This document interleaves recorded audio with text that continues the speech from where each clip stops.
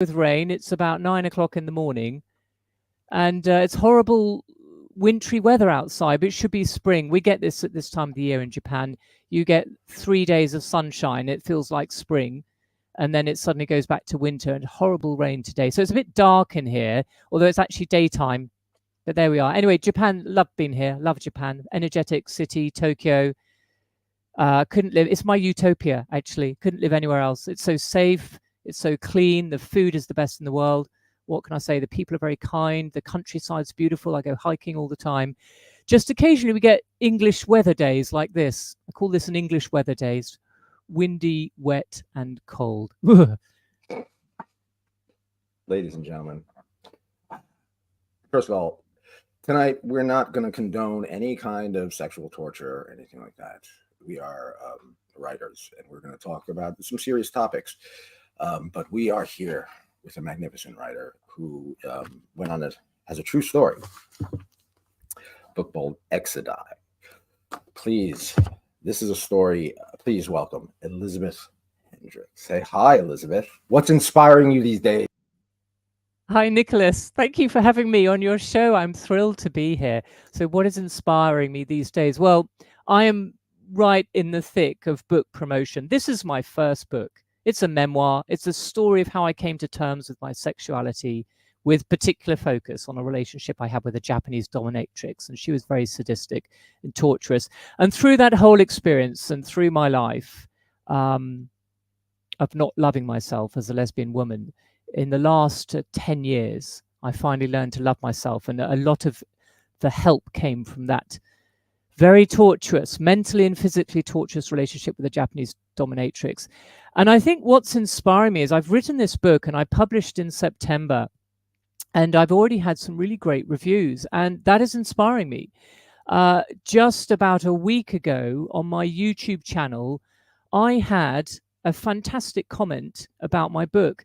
The comment went along the lines of this: I'm a disabled man and a cross-dresser, and I'm reading your amazing book, and it is helping me to peel off layers about who I think I am and find the true me. I mean, what could be better than that? That is my inspiration, is having a book out there that is helping people to find and explore who they truly are and accept themselves. I love the power of writing. It is truly magical. It's amazing. I wrote a book called The Coolest Way to Kill Yourself. It's an underground book. I wasn't expecting it to. It's not a huge seller or anything like that, but it does strike a chord with people because it's So let me ask you this. I thought of many questions, but writer to writer, why did you need to write this book? Yeah, well, I think when you write a memoir or a true story, that process of getting your story out onto paper is already a cathartic process. So when I finished the relationship with Tomo. Now, Tomo is the Japanese dominatrix. Half of my book is the story of my relationship with her. The last half of my book. And I came out of the relationship in November 2014. And although I finished the relationship, I was really at the pit of rock bottom, really, really depressed, except that I knew I had to leave her because I had learned to love myself. But the whole thing broke my heart, and I had to dig myself out of there. And I had basically kept a diary of the whole relationship because as it evolved, I just thought this is an incredible story and I've got to write it down. And although I was really at a very low place, no income, I'd lost all my self-esteem, I didn't really properly have a place to live. I was in Tokyo and I was staying at a friend's house at the time. The book was bursting out of me. I'd written all these diaries and I was determined to turn it into a book. And I had got this kind of calling way back in 2012 that I was going to write about my relationship and all the suffering that I went through in order to help other people who may experience the same circumstances. So I already had this calling even before the relationship with Tomo began. And I knew I was going to write about it. So I'd kept these diaries, copious diaries. I had something like 1 million words. Now, a book like this is typically 90,000 words. So 10 books I had written, just blurb that I'd spilled out at the end of each day, onto my computer in diary format. So I had all these million words that I had to condense into one book that was ideally less than 100,000 words, because that's the size of a novel these days.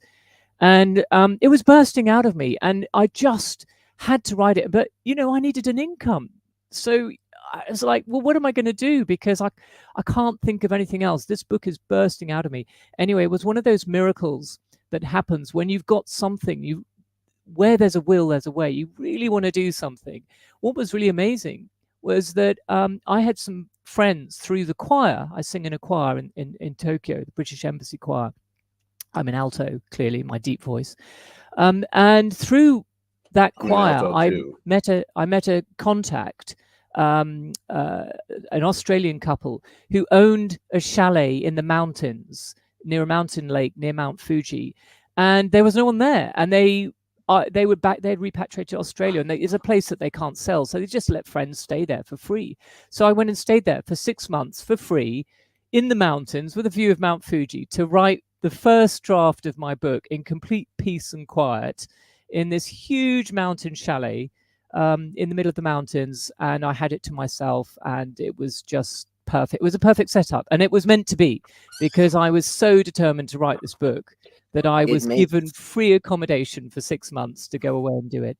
It really makes claimed unemployment benefit as well during that time. Incredible. The way you write something, the environment you're in when you're writing something, it really makes a difference. I wrote The Coolest Way during Hurricane Sandy. We didn't have electricity, so I had to use my family's generator to plug in my laptop to tell the story. My new book that's coming out, I've not finished writing it, but it's called The Coolest Way to Save My Life, and it's about a liver transplant that I had 2 years ago. I almost died. I did die for 1 minute. Did you have a near-death experience? Oh God, yeah, totally. Oh gosh, I want to get that book. Wow. Oh yeah. Oh yeah. Oh, definitely check it out. But it's like in this new book that I'm writing, it's during the height of COVID, and there's mental illness involved, and I'm living in a house that's across the street from a burlesque place that is abandoned, and and at the meantime, I'm going through the process of helping to start a dungeon, a new community here. So it's like one thing's dying and another thing's becoming born. So the environment is very important. That's really cool that you informed us of how you wrote the book. Now, let me ask you this. Your book has a lot of sex in it. What was the response to the people who in your life who are not openly sexually expressive as, say, you are? Well, my family is very private, except for me. I'm all over the internet. Got YouTube channels and Instagram, Facebook. So I wrote this book, and for a while there was this kind of barrier in that I thought, well, I can't publish this until my parents have read it, or at least one of them. And I just thought, I can't put this in the public domain because I don't know what's going to happen. I don't know how this book's going to be received, because it is raw, it is brutal, it is honest. It's a lot of people who have now reviewed it are describing it as otherworldly, but in a very positive way. I mean, I'm blown away by the great reviews that I've been receiving. But how would my family receive it? And I thought they shouldn't find out secondhand. So eventually I gave a copy of my book before I published to my mum to read. Anyway, suffice it to say, she was very, very distressed and really upset. Took a lot of responsibility for the pain that I'd been in. And I had to have a really deep conversation with her and explain, look, Mum, it's not your fault. My mum was fantastic. She did nothing but love me. I'm in the same boat. Same boat. My parents, my book is filled with hard drugs, kinky sex, crime, stuff like, all this stuff, a lot of music references. And still I have to explain it's fiction. But it's so realistic. I remember when you did this. It's fiction, right? Sure. Well, I didn't tell my mum it was fiction. I mean, some of my friends said you should tell your mum you just made this up to make the book more exciting. I said, no, I can't do that. This is the truth, and she needs to see it. True. Yeah. And do they look at you differently now? Well, so my mother I kind of said to her in the end, I sort of said, look, this stuff like this, kids don't normally share with their parents. But I decided to write a book, and I want to publish the book, which means I want the story to go public. Now, if I hadn't done all of that, if I hadn't written the book, and if I didn't want to publish the book, Mum, I never would have told you these stories. You never would have known. So much the better. Do you wish that you didn't know this about me? I said to my mum. Or are you glad that I've shared this with you? And in the end, she said, no, I'm glad to have read it. I'm absolutely distraught. I'm not glad about what happened. I'm not glad about what you got into and what happened to you. Not at all. But I'm glad that I know about this because I feel like I know you better. And so that was, for me, that was okay. So it's okay. This book is okay. It's okay to put this out there. So anyway, that's my mum's experience. Meanwhile, so I originally published this book under my real name, and my family had because it's a very rare name, my real name, and my family had indicated that they weren't too happy. They'd like me to use a pseudonym, but they never really said use a fucking pseudonym. So I went ahead and published with my real name, and when they came to learn of my book promotion plans, they freaked out because I was actually going to have a whole salacious promotion in the UK press, the tabloid press, and I had to pull the plug because they freaked out, and they said that's why you should publish under a pseudonym. And I said, well, it's too late. The horse has bolted. Yeah, you can't put the toothpaste back in the tube. Right. However, I was very, very lucky. Because I'm only published through Amazon. My book is print on demand through Amazon or ebook. It's the only way you can get hold of my book. I think there's one small bookseller in the UK who's got 10 copies of my book on sale, but it's basically globally only available on Amazon. Amazon, I spoke to, a lot of toing and froing, and they actually agreed to let me just change the name of the author. So after everything else was the same. Now, normally on Amazon, they would make you republish an entirely new book and delist the first one or depublished. But actually, they let me continuously keep the same book live and just change the front cover and the surname. And obviously, the meta text of the book had to change slightly. So I was actually very lucky. And I was able to keep everything the same, essentially, and change the name to Hendrick. So now I can come on shows like this and just happily chat away and know that it's reputational damage for my brothers in particular. They're quite high up in both of the professions they're in, and they just don't need a sister going around being associated on the internet with BDSM. So a little bit of discretion was required. Anyway, here we are. All a bit of a storm in the teacup, but that's my family's reaction. To be honest, I've been very disappointed with my family's reaction. I've complete lack of support, except for one of my brothers. Yeah, been very sad. But my friends have been brilliant. The friends who haven't been shocked about it. But actually, very few friends have been that shocked. Most of my friends know me, and they've been very supportive. Yes. So amazing, really. That's another reason why this is called Your Kinky Friends, because there your kinky go. friends understand you. Well, they're not just most of my friends are very vanilla, but they understand, they get me. They really think it's fantastic that I've been as brave as this to put all this in a book. And they're very excited. Live through you. They could live through you and through they your live writing. Vicariously through my extraordinary affairs. Exactly. One of the reviews for your book, reviews are stupid. Like, they hit close to home, of course, but one of them said, I wasn't what do you respond to this, basically? Hold on a second. They did not appreciate the X-rated nature of the book. All right. That's what some person wrote an Amazon review saying they did not appreciate the X-rated nature of the book. This is a tale of sexual torture in Japan. It is about love, right? It is about coming of your own, becoming, basically. So I just find that funny. Is that that's the thing? BDSM plays a major role in this, correct? Yes. So this is really, it's a very deep story. That's like saying this. Yeah. That's like saying this book, Chip Black Nail Polish, a book all about a kid, me, who's obsessed with music. That's like, I like it, but I wish it wasn't involved about music. Right. Exactly. No, I mean I've seen. I mean, I've read all my reviews. You're not supposed to, but I've read them all. And a lot of them are a nice ego trip. But there's a few, and I just think, yeah. I mean, there's one very, very nice 4-star review where the person actually basically is saying, I don't get it. I don't get it at all. I don't get why you did any of this. But it's beautifully written. The graphic detail is excellent, and so I'm giving you 4 stars. Very constructive, yeah. And that's a helpful review. And there are other people. It's quite difficult to review a memoir because you're basically what happens is people are making a comment about your life.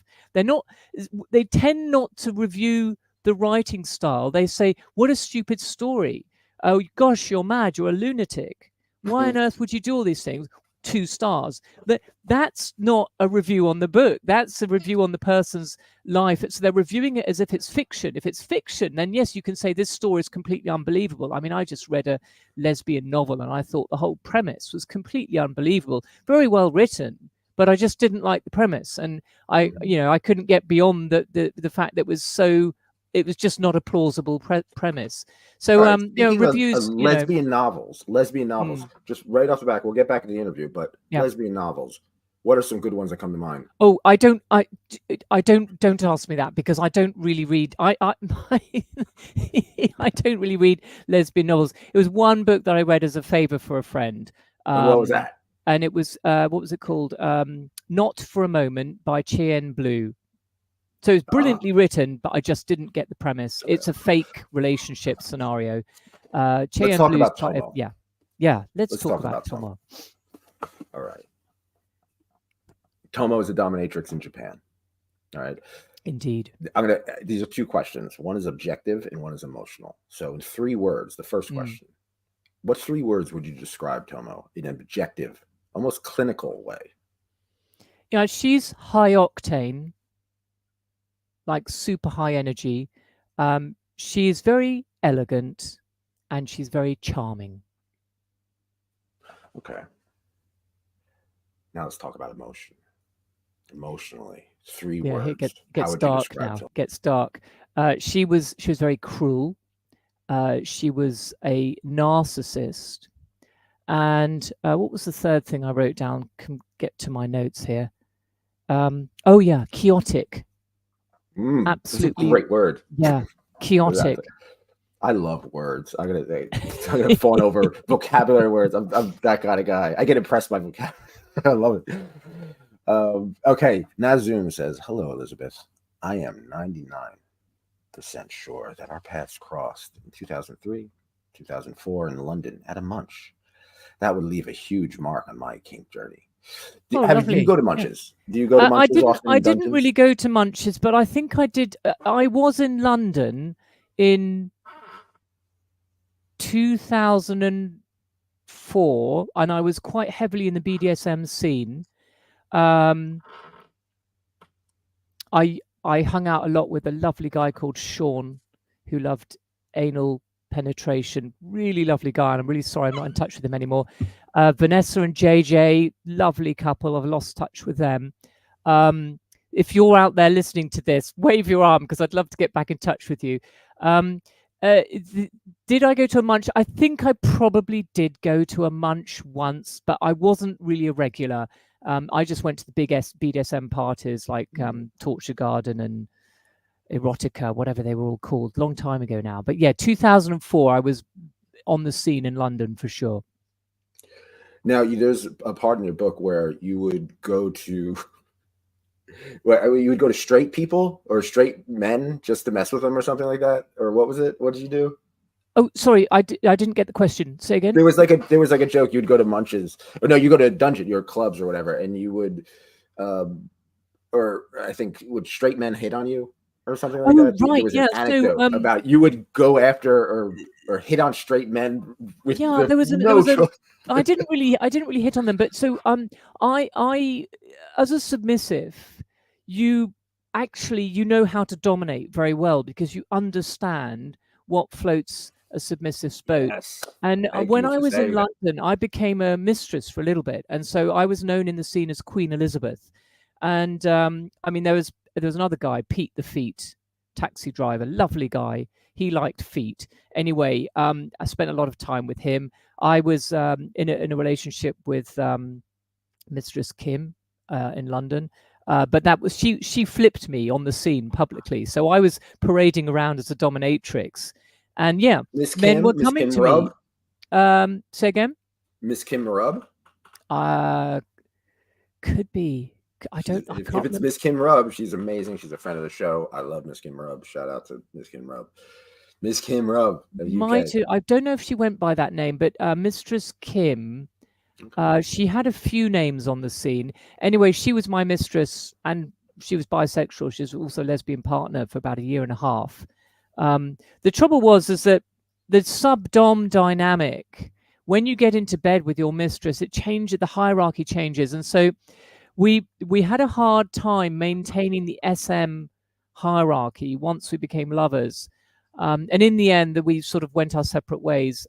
Still very, very good friends, although we're not really in touch anymore. But we left on very good terms. But we just sort of glided apart, fell apart. Anyway, just making up words now. So that's what happens when you live in Japan and you're speaking to a lot of people where English is the second language. You start making up words like glid for the past tense of glide. Glid, glided. Like I said, I love words, so this is great. Let me ask you this. Okay, wait. I lost my train of thought. Hold on. Okay, Tomo. Emotional words. All right. Sexual torture. Mm. The book is about sexual torture. Now, how would you define sexual torture? Well, Tomo's method of torture to me as a woman was mostly just torture. I mean, it became sexual on a couple of occasions. I suppose the nipple torture that she gave me was quite sexual, and she did try some anal torture on me once with an electric stimulated anal plug that I had bought for her as a present in London. And of course, she wanted to try it out on me to test it. And that was quite something. But Tomo was particularly into cock and bull torture. And her fantasy was to take 3 big long nails and bang to a piece of wood, one ball, another ball, and the penis. And that was her fantasy. It was quite something. She was doing a lot more sexual torture with her male clients. And with me, it was more just pure torture, lots of whipping and quite a lot of nipple torture. What else? She waterboarded me with urine once. I mean, I had an inflatable mask on. This whole scene is in the book. It's quite something. But yeah, it wasn't so much. It was very sadistic torture. It wasn't so much. It wasn't so sexual, except, of course, she's wearing her latex, and I would always be naked on my hands and knees. And this was all happening 10 years ago. I had a pretty good body back then, nice boobs, so this gaijin, that means foreigner in Japanese, this foreigner waltzing around in these dungeon rooms in these love hotels in Tokyo, playing with this Japanese dominatrix in her latex. So the things that she did to me were really sort of hardcore sadistic torture. Not very, I mean, I wasn't really getting turned on in those sessions. I don't know if she was either. We were just getting to this state of euphoria, just going very, very deep down dark alleys. How long do these sessions last where you actually do reach this state of euphoria? So there was a hotel in London quite near where I lived. There was a hotel in Tokyo, a love hotel in Tokyo, near where I lived. And you could book a room for 2 hours, or you could book the overnight rate. We typically would book it overnight, and we would play hard together for 4 hours, up to 4 hours, sometimes just 3 hours.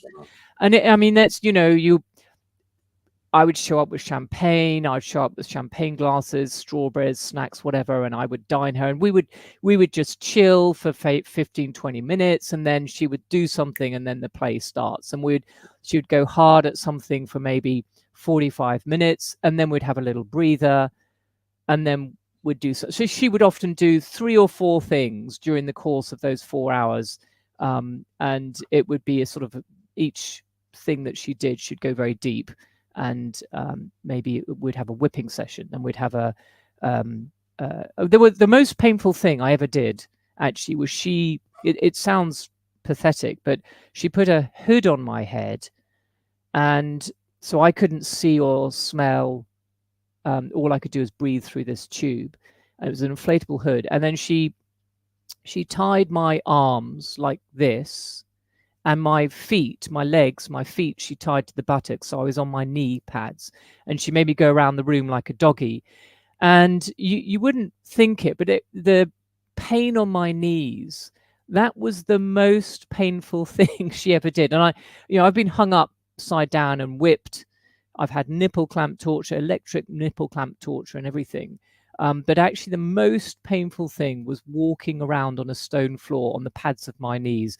A lot of people don't have much trouble with that, but that was obviously my weakness. I was weak at the knees, you see. There we go. But anyway, that's some of the torture she did and what we did in our sessions. There's all in the book. There's I think there are 3 sessions, 2 sessions that I describe in great detail in my book, and I think there's a couple of other sessions I describe more briefly. But the book has got so much more in it than just BDSM sessions. Of course. Yeah. Walking around on the stone floor on my knees. We used another word instead of that. Walking around on the stone floor. Kneecaps. On my kneecaps. That's it. Kneecaps. Yeah. So the knee has been tied. The foot has been tied. So you're right on the kneecap, and I just absolute agony. That session is in the book. I mean, you might read it later if you're halfway through the book. I think it comes in one of the later chapters. Now, when it comes to BDSM, writing about BDSM, especially if you're living it, right? If you're living it, and if you're writing a true story, there's so many details, and you have to pick and choose what serves the story, correct? What serves the narrative. So when I wrote The Coolest Way, if it didn't have an effect on Lynn in some way, I didn't write it. Like, it's because it was a tribute to Lynn. So are there certain torture things that you didn't include? Oh yeah, there's hundreds of things. Just some examples. What are some things that you couldn't put in, or just what kind of torture? So the anal torture, when she put a huge plug up my butt that was electrical, it was wired in, and it was electrical and would give electric shots. Unfortunately, we had to scrap that scene because there just wasn't room. One of the things, I was working with an editor, he was kind of coaching me as I wrote the book, and it just as you said, you've got to, if it doesn't serve the narrative, you don't need to include it. And we had to edit so many scenes out, but in particular that scene didn't make it. I was a little bit sorry because I thought that was quite an interesting scene. There was a scene in my book where I tried to have sex with a big Indian man. This is non-BDSM, but I tried to have vanilla sex with an Indian man with a huge penis in Dubai. And actually, we had to cut that whole scene because it didn't help the story. It was just an interesting point that I thought would be interesting for readers to see, that even though I was a lesbian, I was trying so hard to become straight. I hated myself as a lesbian so much that I was really trying and open-minded to have sex with this Indian guy. And that scene we had to ditch. But yeah, so there's lots that went on the cutting floor. But of course, you see, because I was writing the diary as I went along, what I tended to do is after I had a session, I would write everything in great detail, what she did, what happened next, when we had a glass of champagne, just because I wanted to really capture the vivid nature of those sessions. And that's what writing is about. That's why I'm doing this, because I want to capture, because I'm living on borrowed time, straight up. I want to capture everything, and I capture the moment, capture now. That's why this is raw.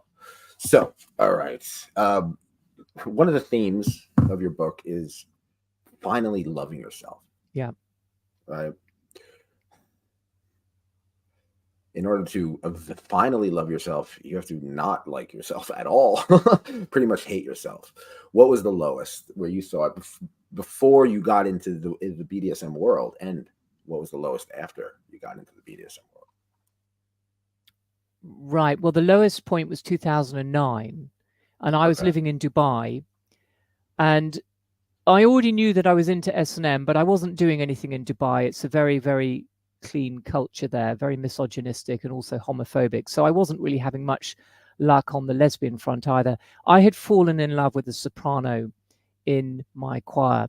This story's in the book. And I reached this absolute low because she kind of was one of those women who led you on.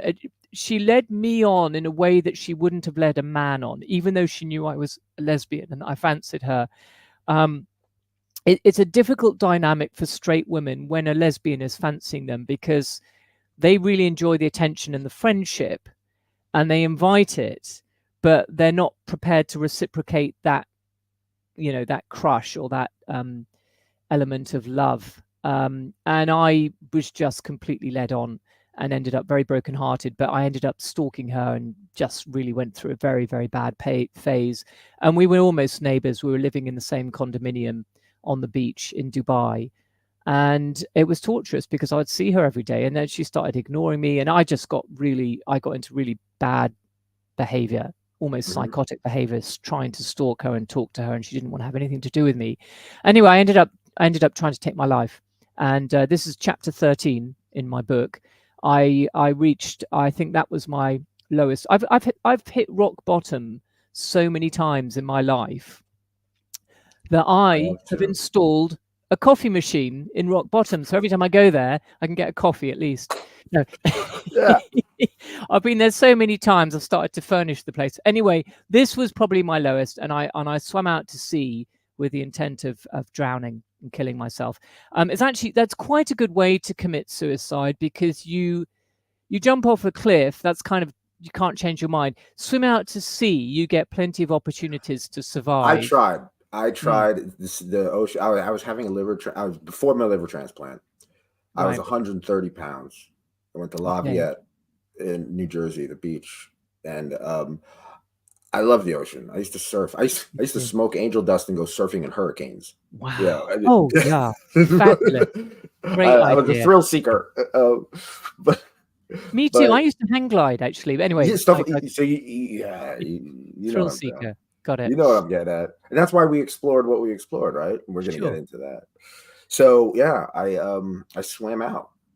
In the undertow took me, or the riptide. Yeah, the riptide took me, and I thought I was dying anyway. I was going to die of liver cirrhosis. I had no hope, and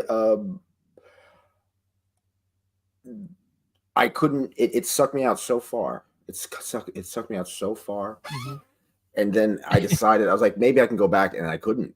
I wouldn't go anywhere because the riptide, and I was getting so tired, and I was so weak as is, and just tired, and then water was going in my mouth.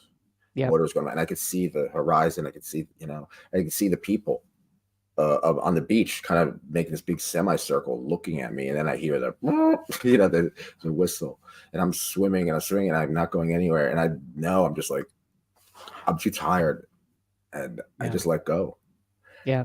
And what happened is, the ocean just spit me back out. It was like, no, we don't want you. So did they come and save you? Did they come and rescue you? No, I swam back to shore.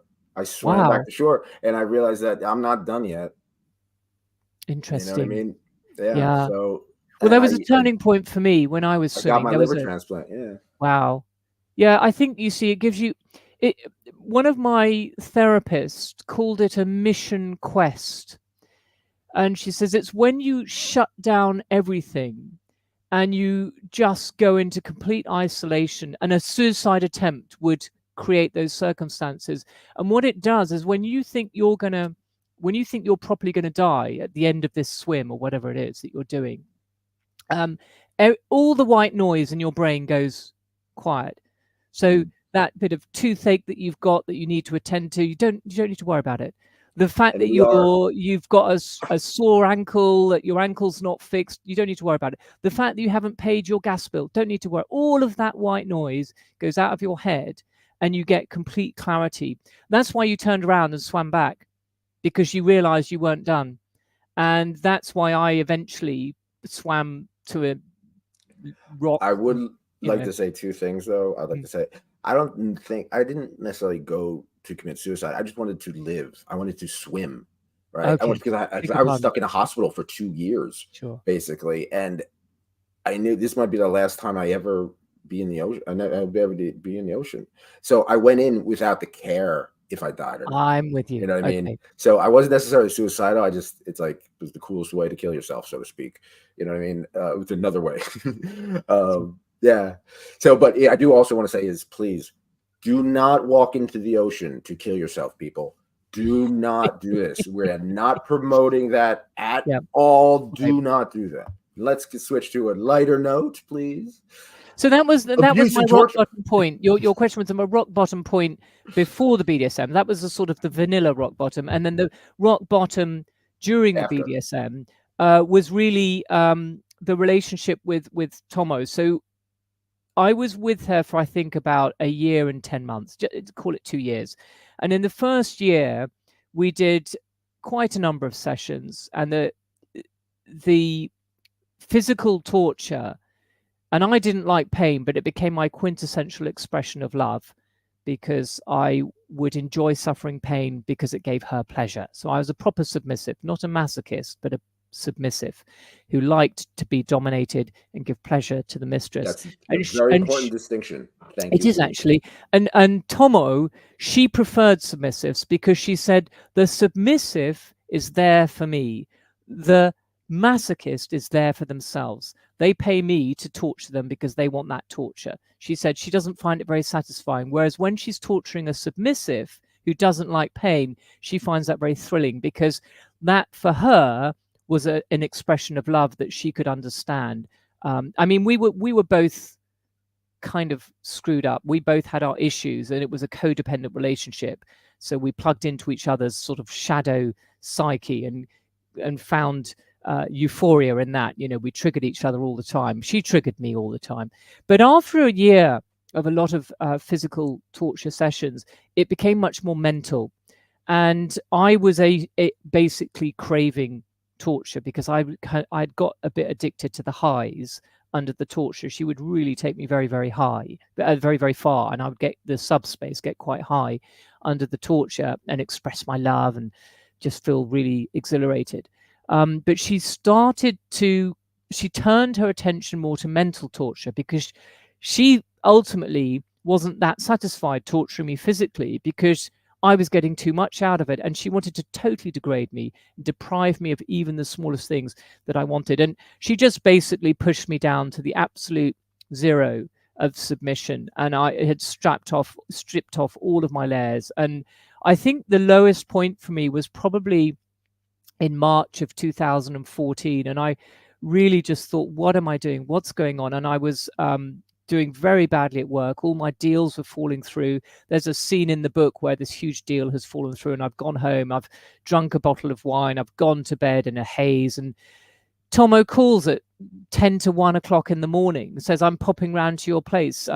Can you make the bed? Can you be ready for me? And I would just bounce up and do all of that for her on automatic pilot, because that was the state I'd got to, as I was just her slave. And I got to this absolute zero. And in that zero of total rock bottom, I'm really crushed. She'd crushed my personality out of me and everything.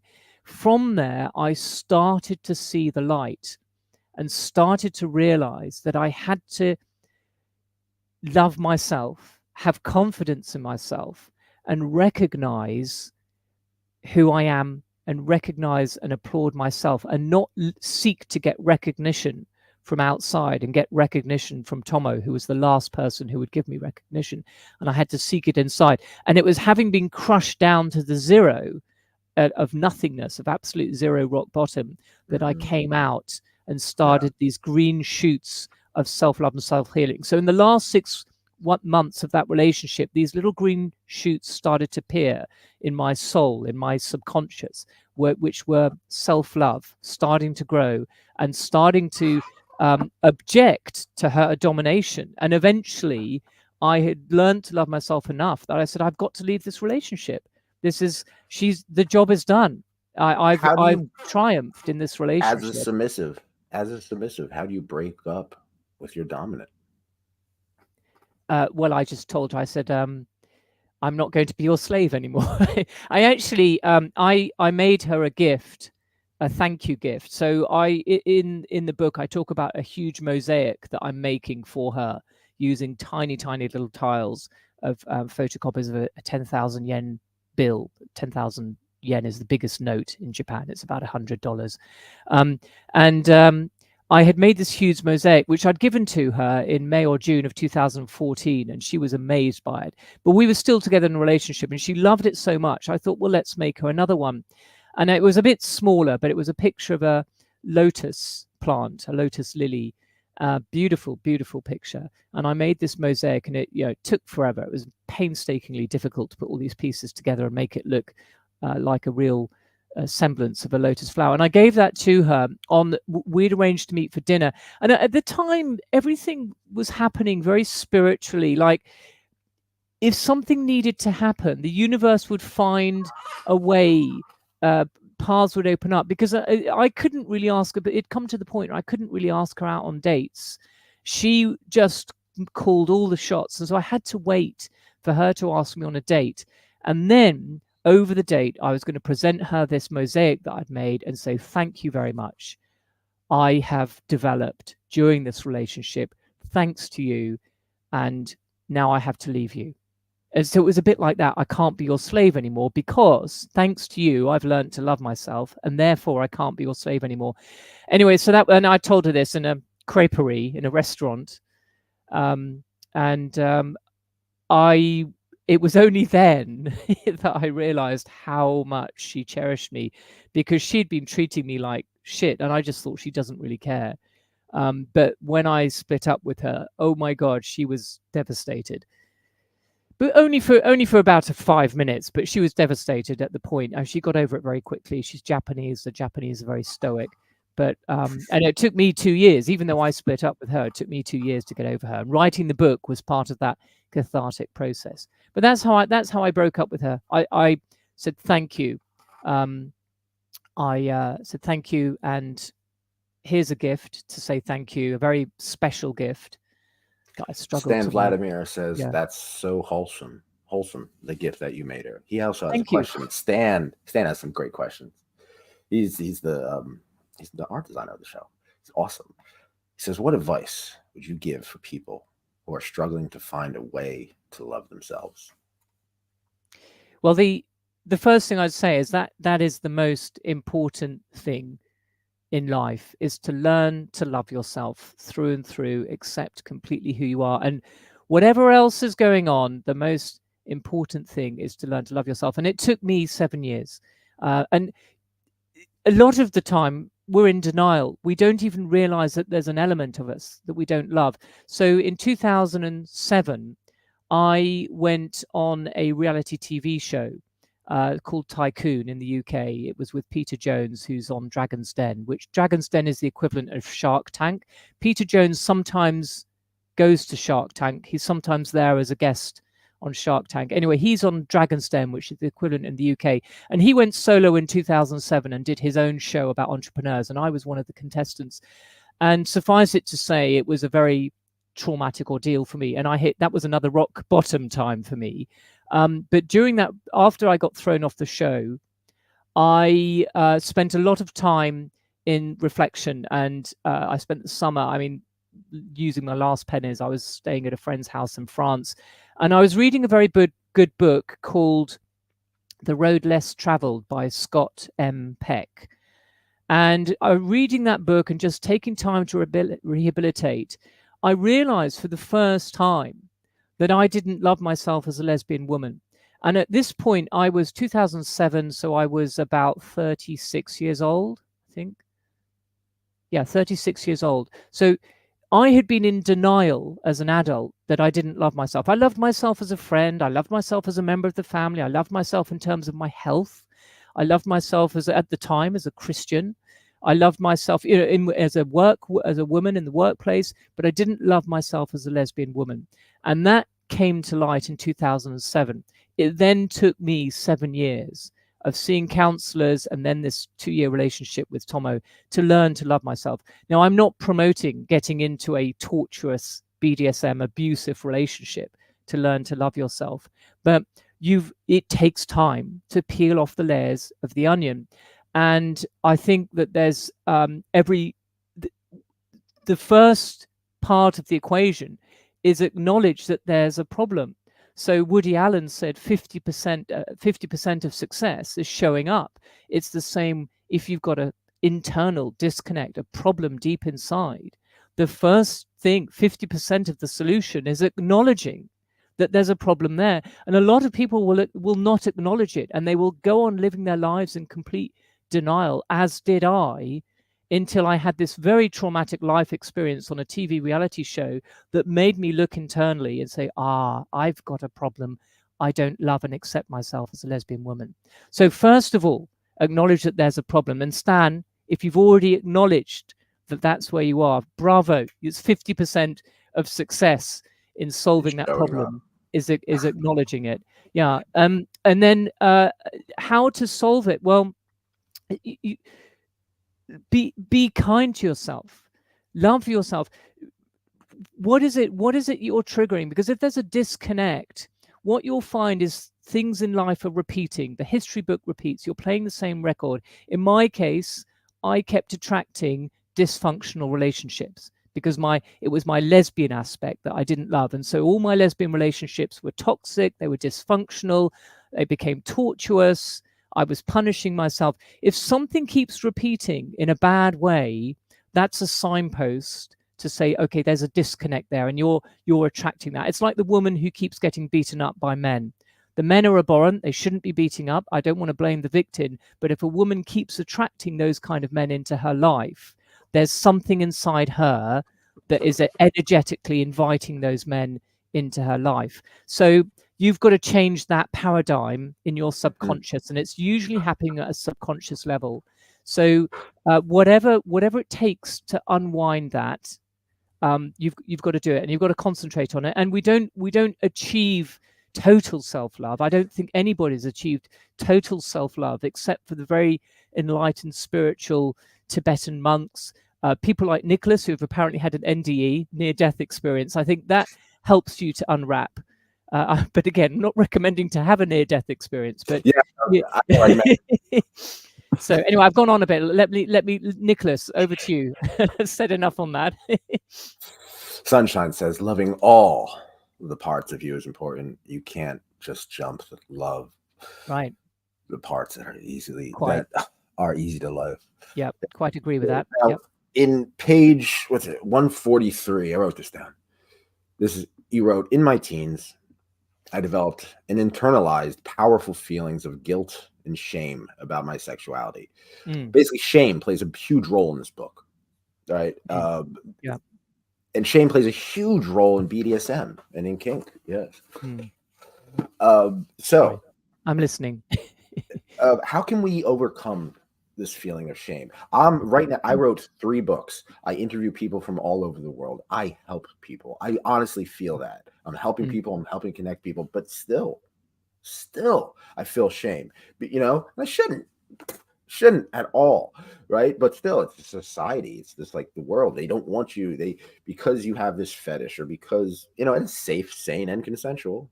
There still is shame pushed on us. Yeah. How do you deal with this? Well, I'm lucky in that I've come the full journey. So where it all started is in my adolescence, and I was openly gay. I credit to my parents. My parents have always accepted me for my sexuality. My mother never had an issue with it. She thought it might have been a phase that I would grow out of, which I didn't. But my mother always made it clear, no problem. We will still love you, whatever you are. And in all through our upbringing as children, we were taught a spade is a spade. Honesty, integrity, truth presides. So I was never confused about my sexuality, and I was just out. I told the first girl, age 10, when I told my first girl that I loved her. And then we hit puberty. And until we hit puberty and my period started, everybody thought that I was just a child and it was a weird phase I was going through, and I would grow out of it when I became a woman and my period started and my boobs started developing. But that didn't happen. And my class, they didn't bully me for it, but they ostracized me for it, in that Elizabeth has a problem. Elizabeth has a problem. There's something, that was so alien. This is 35, 40, 30 years ago, 40 years ago.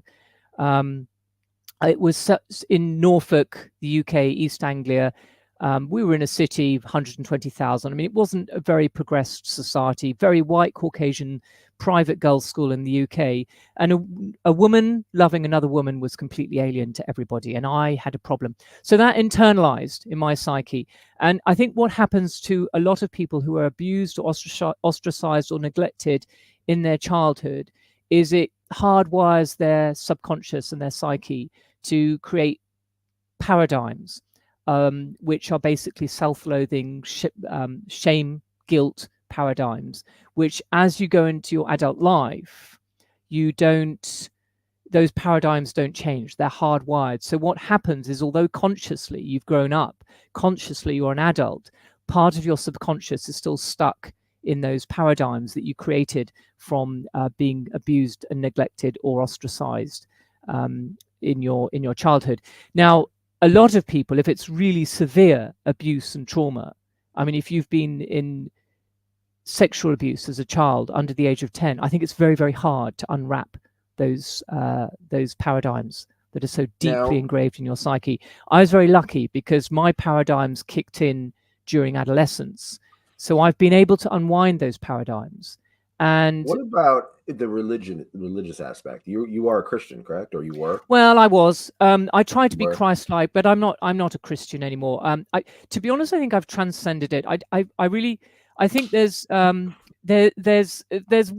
two ways to live, and Einstein put it very succinctly.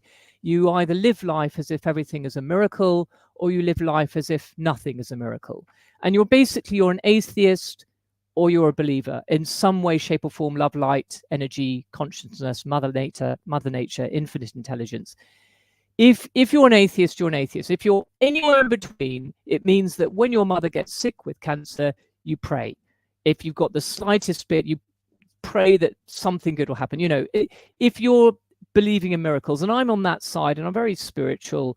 I was brought up as a Christian, and I've kind of come to realize, I mean, it's like there's an apple, and all the different cultures and all the different religions are basically biting the same apple, but from a different angle. And I don't embrace the Christian. I mean, I believe Jesus Christ was a very enlightened, probably the most enlightened individual that's walked this earth. And I believe that he was crucified. Interestingly, Leonardo da Vinci and Bach, Johann Sebastian Bach, believed that Christ was a very important person, but not the Son of God. And you look at the work of Bach, his Matthew Passion and the St. John's Passion, they end with the Passion. They don't end with the resurrection of Christ. And Bach never wrote about the resurrection because he didn't believe that Jesus Christ rose from the dead. And that was the Son of God. And so I still go to church on Easter Day because it's partly to support the community. And today is good. Well, I'm on Friday already. You're on Maundy Thursday. I'm on Good Friday already. So I'm looking forward to some hot cross buns later. But the interesting thing about Christianity and BDSM. A lot of one thing I've noticed, some people, especially in writers, it's white male dom writers who claim to be Christian doms. Yeah, that's a thing. Well, so when I first got into BDSM in a big way, I was a very active Christian. I embraced Jesus Christ as the Son of God. And this is, I first discovered BDSM, got into the world of BDSM in Tokyo in about 2001. And I was very active in the church. And I was on this prayer net group where we would take the prayers of the congregation, particularly prayers for healing, and we would take them away in our own time and pray and meditate on those prayers for the congregation. The power of prayer. And I do believe in the power of prayer, but I think there's very different ways of doing it. It's much more about getting into the energy of a person healed. Anyway, I would take these prayers with me to these S&M bars in Tokyo, and I would go and seek out my favorite mistress in one of these bars who used to love playing with me, and we would play together. And that was great for the bar because the customers loved watching that, and they often put my drinks tab on other customers' bills because I was making very interesting entertainment for the other customers. And I would get down on my hands and knees, and this girl in my book, she's called Yuka, she would whip me up into a frenzy, and I would get into this subspace, and then at that point I would start to do my prayers and pray for this Iranian man who had been chastised by his family for converting from Islam to Christianity. I'd pray for this lady who had breast cancer, and I'd offer all these prayers heavenward under the whip. And these were without a doubt the most powerful prayers that I made. So I never had an issue with my Christianity and my BDSM fetish interests. I kind of fused the two at a spiritual level and used BDSM to get greater commune with God. Now, my sexuality was completely at loggerheads with my Christianity, and that's because I had filtered it and analyzed it, and what's the word I'm looking for? It doesn't matter. Anyway, I had met with my sexuality as a naive adolescent Christian, and the irony is that my Christian beliefs were one of the reasons, as well as my peers and society at the time, my Christian beliefs were one of the main reasons why I hated myself as a lesbian. Ironically, it's that same faith that gave me strength to come out the other side and learn to love myself. So it's the yin and yang of my Christianity. Do I regret being brought up as a Christian? No, I don't. But it did create problems for being naturally gay and coming to terms with that when you're heavily influenced by a Christian environment. So the BDSM, I was able to fuse together with my Christianity without a second thought, and I wasn't affected by what people would think of that. And of course, people would be shocked by that, but I didn't care because I was at one with God, and I had no issue. But my sexuality, I was really loathing myself for my sexuality at a deep level. So it's quite interesting. We have a question. Yep. I can't say who said it, but he goes, "What can straight white men do to not annoy lesbians?" I actually really like the attention of white straight men. When I would often talk very openly about lesbian sex with white straight men. I was never really. I think the thing that annoyed me most as a lesbian were straight women who led me on. White straight men, and I had quite a few hit on me because I wasn't properly comfortable with my lesbian sexuality, so I tended to emit a vibe that I was available to men because I didn't want to be a lesbian, so I chose to be straight, right? But I was naturally gay. You said straight women who led you on. Please tell us more about that, and how can we spot if there are lesbians out there watching this, listening to this, help them out. How can we spot a straight woman trying to lead a lesbian on? So what's important here is it doesn't happen to me anymore. I mean, I'm in a loving relationship now. I've been in a 5-year relationship with a Japanese woman. It's actually a vanilla relationship, but I'm happy with that. It doesn't. It even before meeting her. After I learned to love myself, it stopped happening.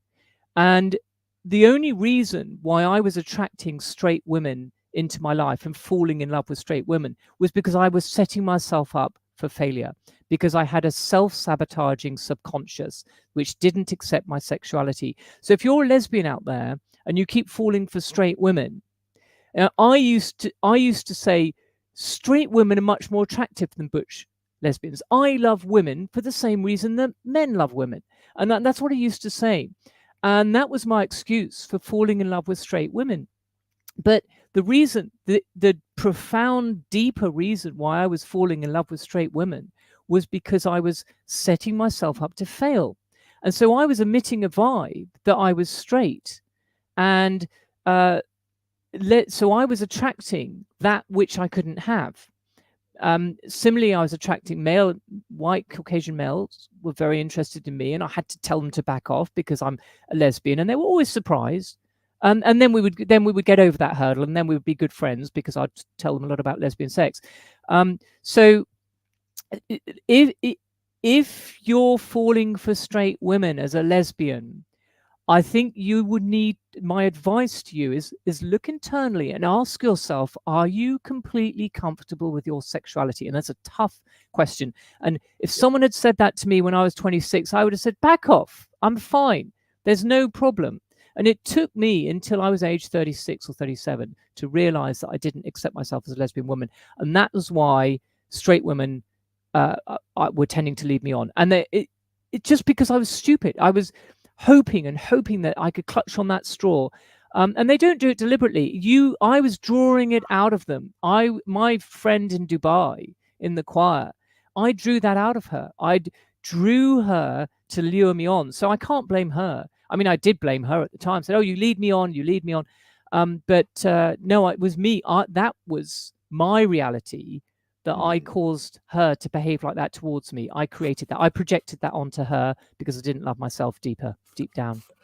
What would you say these days, because times change, times are always changing, what would you say some of the major misconceptions that people have of just lesbianism? That we need a penis. Yeah. A lot of so I mean, I lived in Dubai, which is a very misogynistic society, and particularly taxi drivers who were by and large South Asians and a lot of Pakistani Islamic men driving taxis. And I cite the taxi drivers because this is where you would have the most integration with the local sort of Muslims of Dubai. And in they would often, the conversation would always go along the lines of, "Oh, are you living alone in Dubai?" And and I eventually just stopped telling them that I preferred women because it wasn't so much about needing acceptance. I don't need acceptance from a taxi driver, but it's just they're so far behind the progressed thinking of the Western world, which has still got a long way to go. They just don't get it. They cannot understand that a woman can have sexual interest and excitement without penis. They just can't get their head around it. And that, I can't fight that misconception. It's so ingrained. We're fighting it every day with every book we sell. Yeah, I know. But I mean, look at America. It's still got this evangelical right.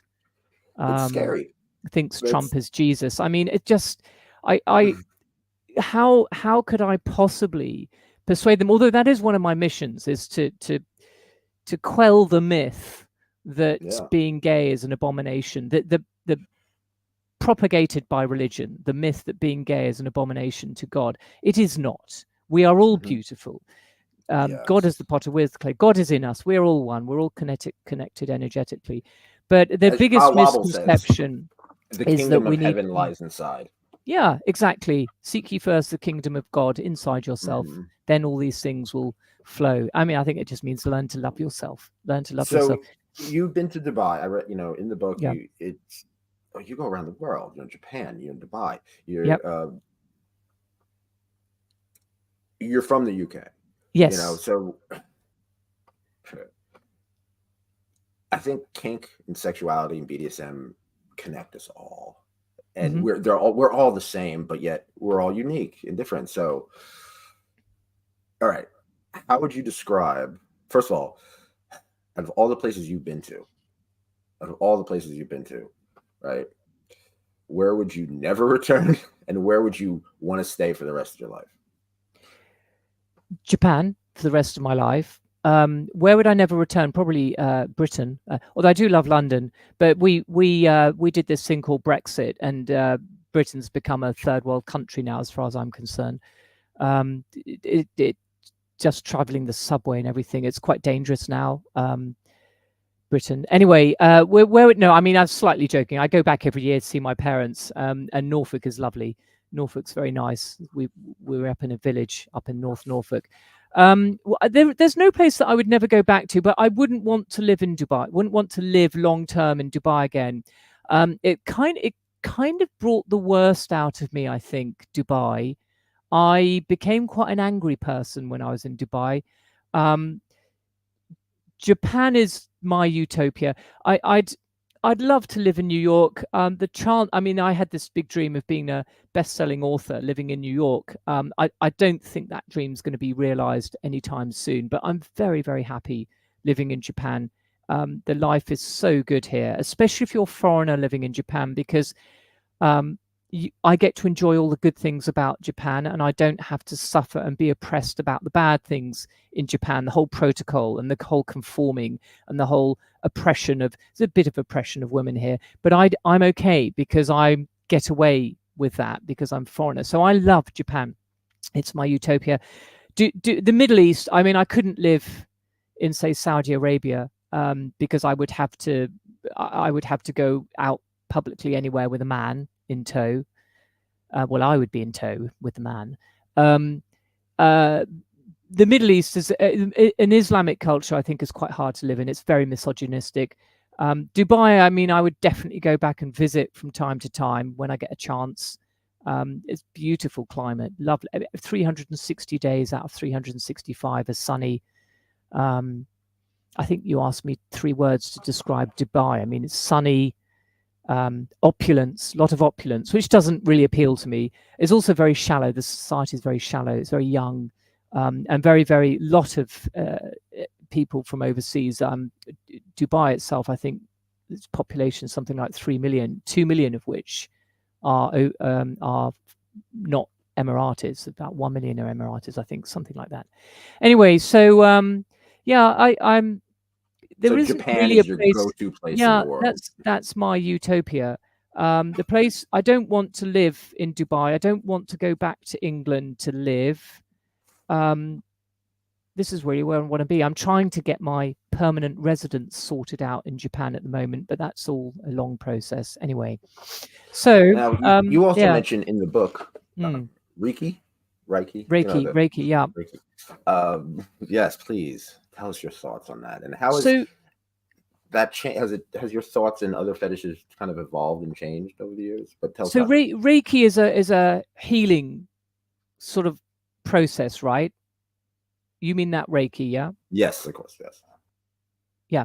So I had a spiritual healer in Dubai who I would go and see maybe once every 3 months, and she would perform Reiki on me, and it was a method for taking bad energy out of the body, and I think it worked to a certain extent. Was I a big Reiki fan? Not especially, but that's what she did. But it was more the conversations that I had with her.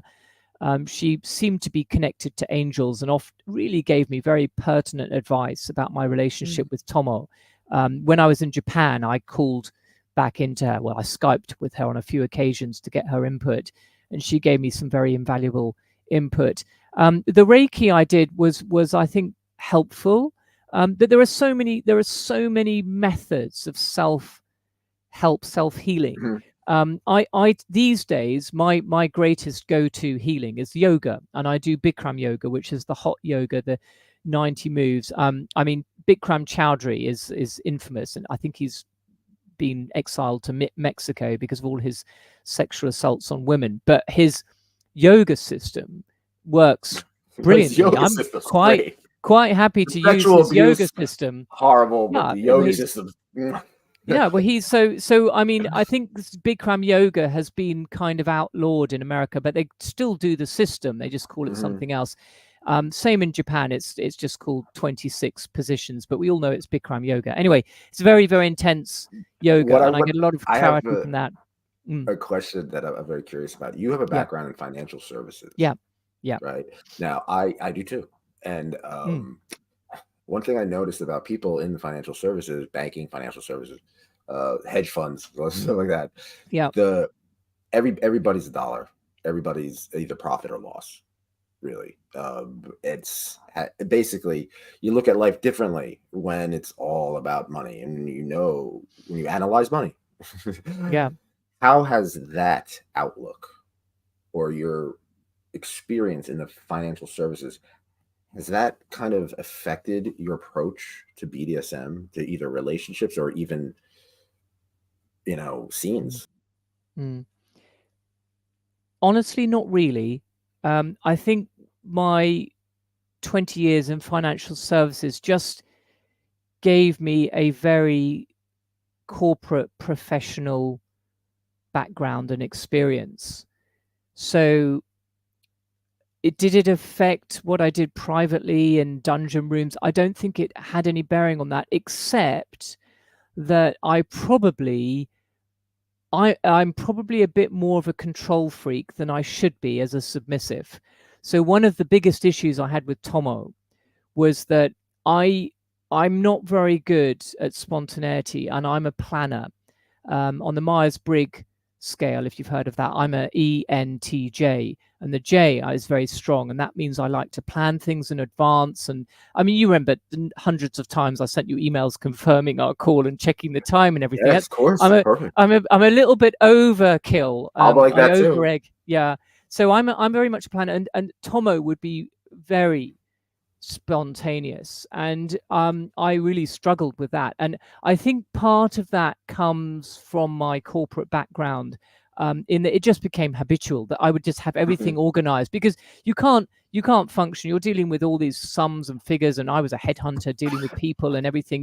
You've got so many moving parts. You've got to be absolutely on top and control of your game to be successful in financial services. And I think that then bleeds into your personal life and how you conduct your appointments in your personal life. And I'm quite aggressive. If people cancel on me at short notice, well, I give them all one chance.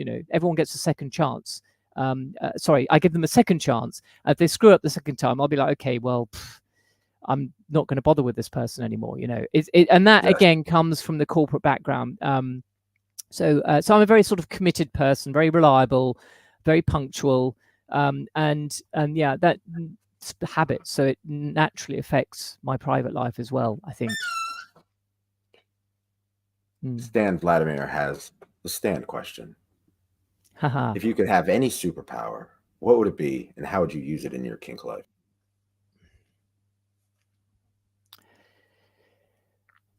Well, I'd love to fly. That's the superpower that I would love more than anything, is to fly. I don't know how I'd use that in my kink life. I think if I could use a superpower with you could fly over Tomo and like pick her up. Yeah. I think in my kink life, if I had let's say it was a kink superpower, what I would love to be able to do is sort of like go like this, like Spider-Man, a little web comes out of my hand, or this power comes out to wrap the person ahead of me completely in latex, really tightly wrap them up and fling them onto a bed so that they can't move, and they're completely restrained and suspended in latex rubber, top to bottom. If I could just do that and have that happen to them. And of course, I'd do it to myself, and that would be very exciting. And then I'd be in trouble because I probably wouldn't be able to get out of that spot. So I'd have to make sure someone was nearby to unwrap me. But I'd enjoy myself a bit first, I think. So, oh, look, Elizabeth, you have 20 new messages on Instagram and Twitter, and they all love your book, and they all want to help you promote it. Thank you. Wonderful. They all want to help you promote it. They all want to help you promote it for money. They could give you so many likes and so many reviews, they can give you reviews for money. People, you get bombarded with that as an author. You get bombarded with people just saying that a lot of these reviews mine are all real. Instagram. I'm not seeing it on my Instagram. Is it on your No, Instagram? I'm joking. I'm fully joking. I'm fully I believe that. Oh dear. Yeah. So, well, it worked. So yeah, every day. I wrote The Coolest Way to Kill Yourself more than 10 years ago, and I'm still getting like people fishing, trying to get money, basically, for promotion. So how do you deal with the hustle of people, and what works, what doesn't work? I found you. How did I find you? So well, I had a PR agent who connected us, I think. So I had a PR agent, and she had 3 prongs of attack. One was Amazon ads. One was approaching podcasters and thought leaders, as she calls them. And the other was to approach the national media. And so she's done a sort of portfolio of things. And the most by far successful string to that bow is the approaching podcasters. And she's set up quite a lot of, well, she's connected me with people. I mean, I do the setup because I've got to work out the timing and everything. Of course, but she set me up with lots of people, and that's been very fruitful. I mean, of course, I had to pay money for that, but she's a bona fide book publicist, knows the score, knows how to do all these things, and I think I went on her reputational value. But yeah, I get all these approaches all the time, these little people, and well, little big people. I mean, there's one podcaster who just reached out to me on Matchmaker, and I thought, wow, she gets 50,000 downloads a month. Great. And I replied to her, I said, yeah, sounds great. Let's set up a call. And she says, this will cost.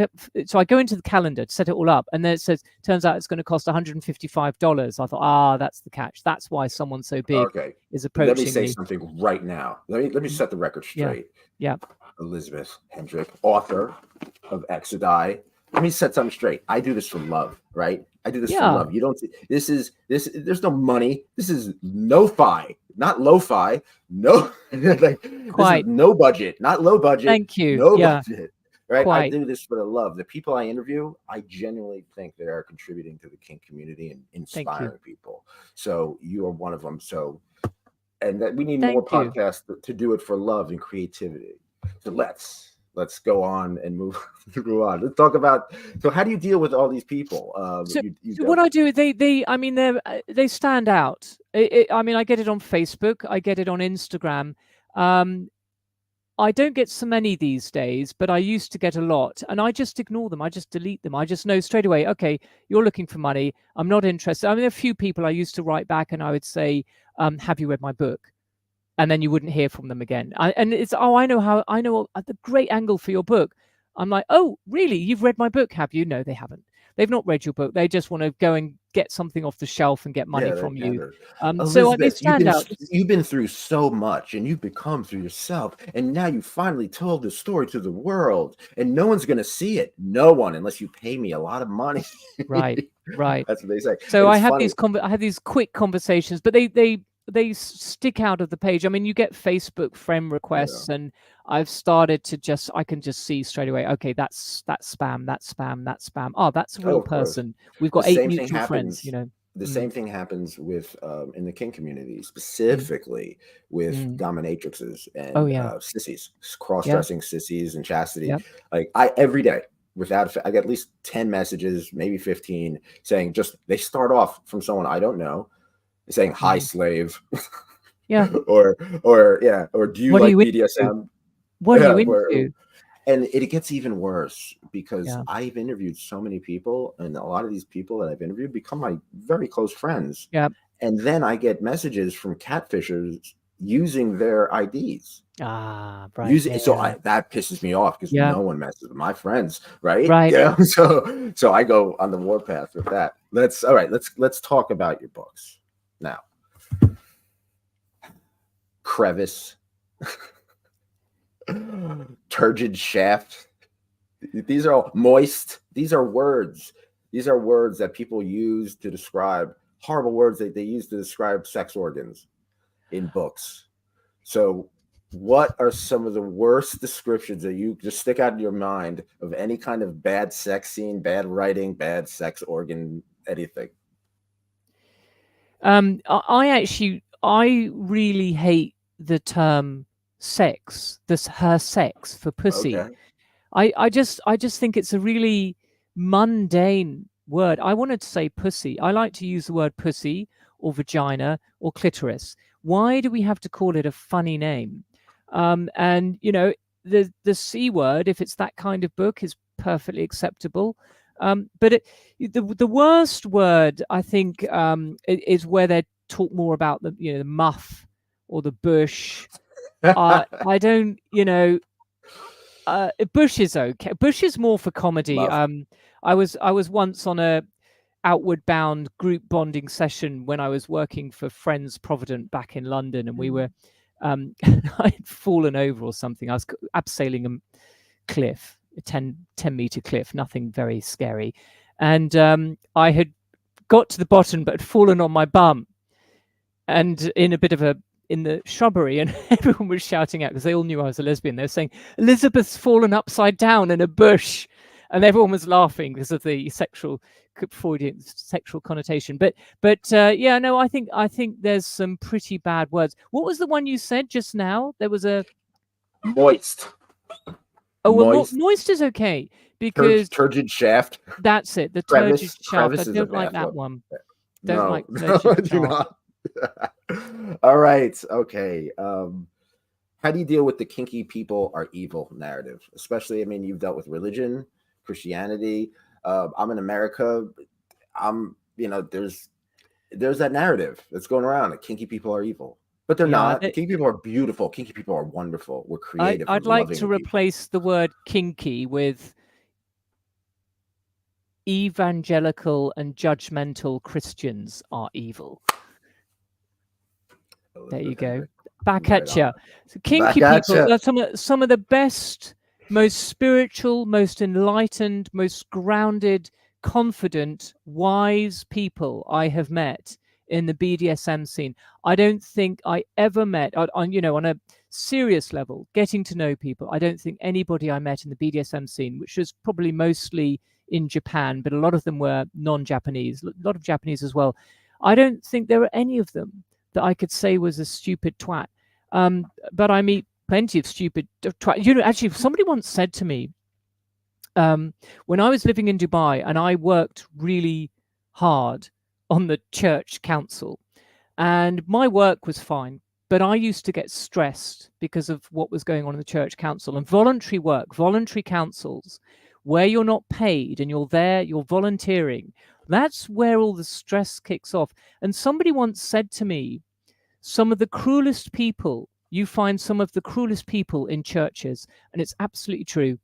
And I didn't find any evil people really in the S&M scene. I mean, look, Tomo was very sadistic and she was very cruel to me. I don't think she was evil. And she's got some huge demons, and I was trying to save her, which obviously you can't save other people.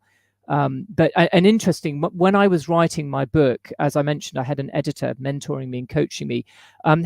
His name is Jeremy Dronfield, and he's quite a well-known ghostwriter and biographer. He didn't ghostwrite my book. This is written by me, but with his mentorship. So he helped me sort of structure it.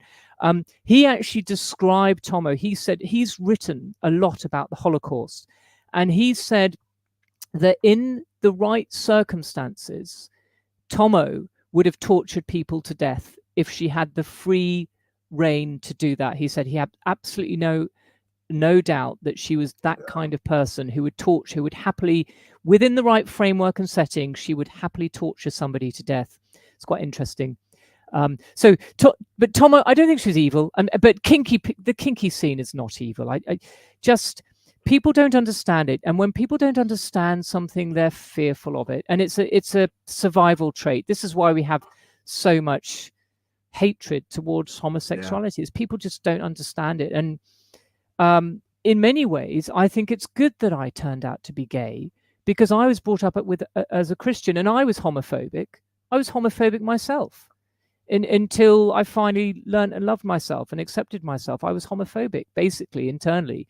And I think if I hadn't been gay, I probably would still be homophobic. I would be like a Katie Hopkins.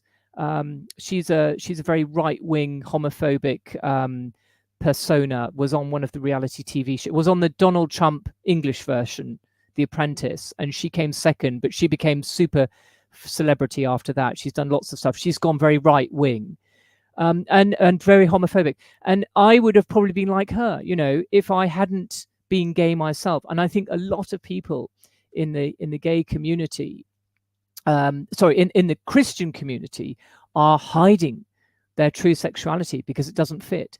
And that's where the change is going to come from. More and more those people have to step out of their comfort zone because they realize they're gay. And the kinky stuff as well. I think for many of us, I don't know about you, but my interest in bondage was innate. I was imagining being tied up at the age of 6. I didn't know why. I was felt very guilty about it when I was 6, but I didn't internalize any guilt. Too. I thought this is a bit naughty. Same way.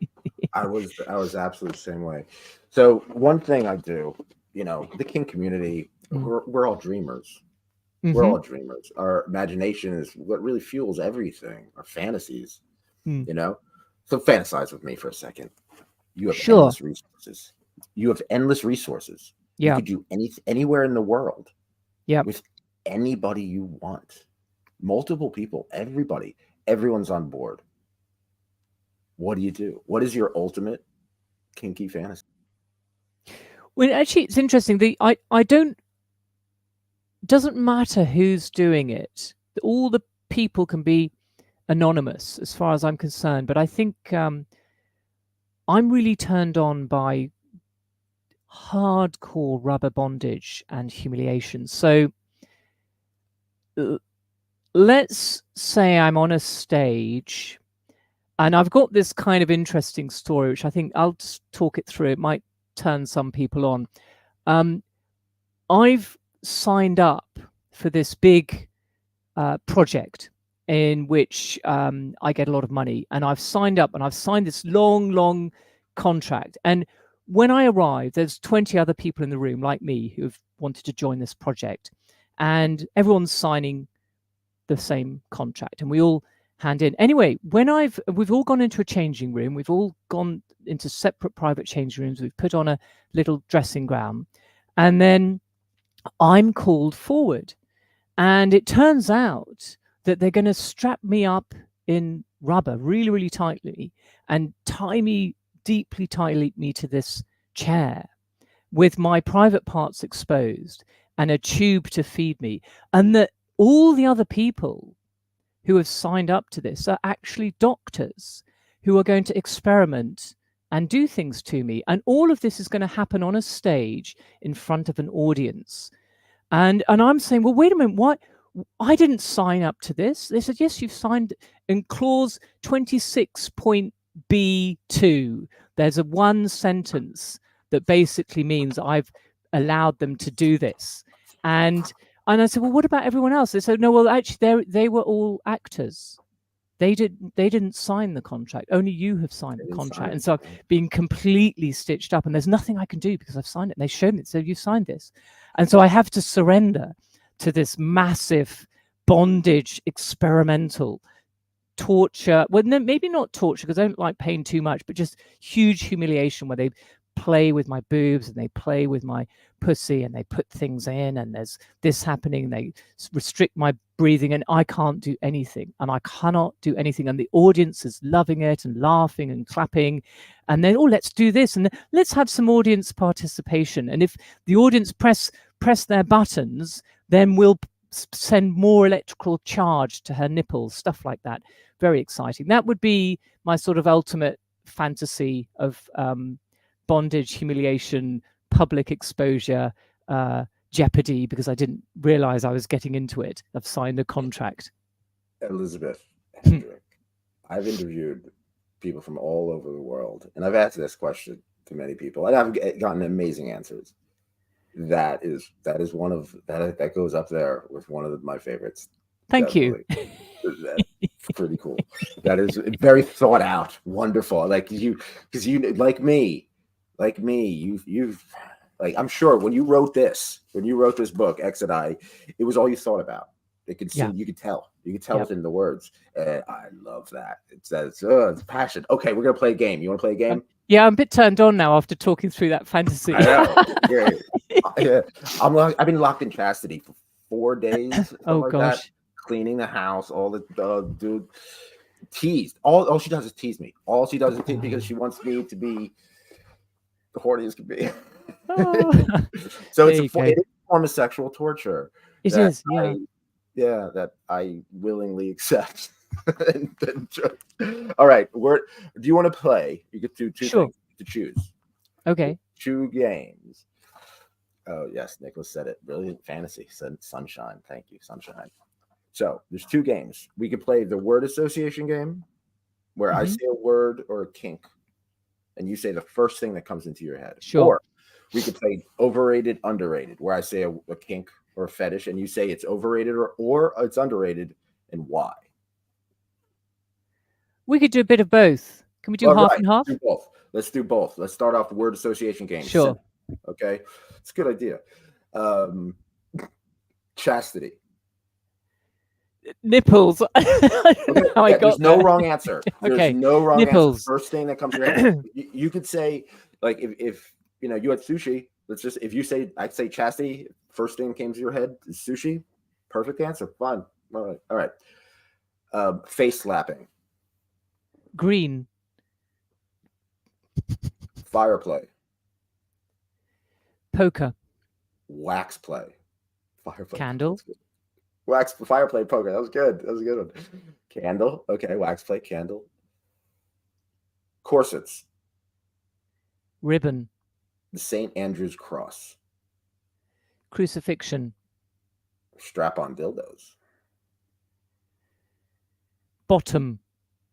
Vacuum beds. Ecstasy. Smothering. Suffocation. Rope. Bondage.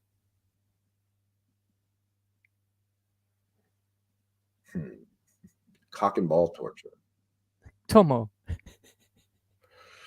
Knife play. Cut. Predicament bondage. Boobs. Sissification. Sexuality. Okay. Findom, financial domination.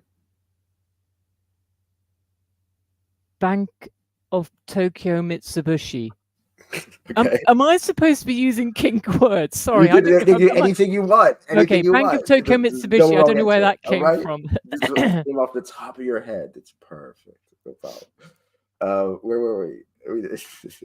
Financial. We did the financial. Hypnotism. Paul Kenner. Okay. Do you want to try the other game? Yes. I don't think I'm very good at this. All right. Underrated, overrated. Garter belts.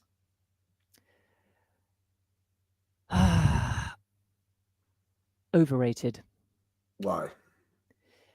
I think they kind of, they're a bit fussy. They get in the way sometimes. Yes, they get in the way. That's why I love them. I think they are very underrated personally, but to each his own. That's the beauty of kink.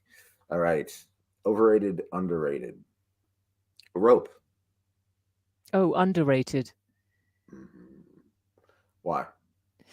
Well, I think look at shibari, Japanese shibari. You can do so much with with rope. It's it becomes artwork. Also, rope can be just restrictive, but it can also be tortuous. And a lot of people take that for granted. I mean, you're in rope suspension. That's tortuous as much as it is restrictive. The longer you're there, definitely. Water sports, underrated or overrated? I think they're underrated in that people don't explore them enough. But then again, it's can be quite messy. But I think water sports are very exciting. French maid outfits, underrated or overrated? Definitely underrated. Okay. Chastity devices, overrated or underrated? I'm neutral on that one. Okay. I think that they I think that sometimes they're overused by some dominatrices and underused by others. Okay. Scarification, underrated or overrated? So by scarification, you mean deliberately inflicting torture to create a scar? Yes. Like, for example, if Tomo took like a wire hanger and Yeah. made a T, and Yeah. then like made it flame and made it really hot, and then branded a T. Yeah. That's pretty much I actually considered I kind of scarification. wanted her to do that once somewhere, but I Where? think it would have been in it, probably in the small of my back or somewhere like that, where you wouldn't see it, where it wouldn't be, you wouldn't even see it. Maybe on a buttock. I don't know. You wouldn't see it even if I was in a bikini. I mean, but I just like the idea of her branding her T on me. So is it overrated or underrated? I think I'm going to say it's probably overrated, because I think it can get out of hand. Mm-hmm. If you start using materials like that because a lot of BDSM relationships are unstable. A lot of very, very stable and very consensual, and people are coming from a position of confidence and stability. Yeah. A lot of people in the BDSM world playing out internal demons on the surface level, and if you start branding people, that can be quite dangerous. If you're not, you're consenting consciously, but subconsciously you're not really there. You're doing that because you've got an internal paradigm that hates yourself. So there's you've got, I think branding can be overrated. It's quite a dangerous sport. Straight jackets, overrated. Underrated. Yeah. Absolutely. Gas masks, underrated. Now the picture, for the famous picture that I used to promote this interview was that you and Tomo? Yes, that is. It's me and Tomo. We were doing a show, and we got this. Somebody took some brilliant photographs. Yes, and it's that wonderful one of the. It's a beautiful, beautiful art piece. That picture, yeah. Not only do I like the image of it, but masks play a very important role. Yeah. In BDSM and kink and everything like that. So the gas mask itself, which is a fetish in itself, what is it about that, as opposed to a different mask, as opposed to other masks? How would you describe it for someone who has never like explored masks or anything like that? What's so special about the gas mask? There's something sinister about the gas mask, because we all automatically sort of associate it to times of war, when people put on gas masks to protect themselves from I don't actually know what they were protecting from, because we didn't really have much genocide back in that days, chemical emissions or anything during wars. But that's what the gas mask was for. And there's a sinister connotation of you're helpless. If you're putting on a gas mask, you're in a position of vulnerability.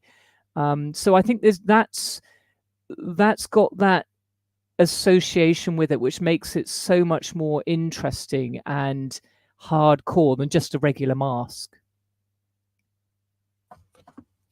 And finally, we've reached the end on this word association game.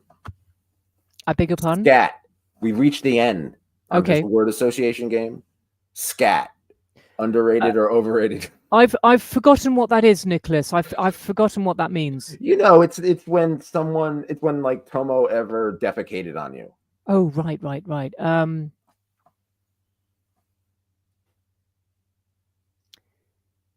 Overrated or probably overrated, slightly overrated. Okay. It's a bit messy. Yeah.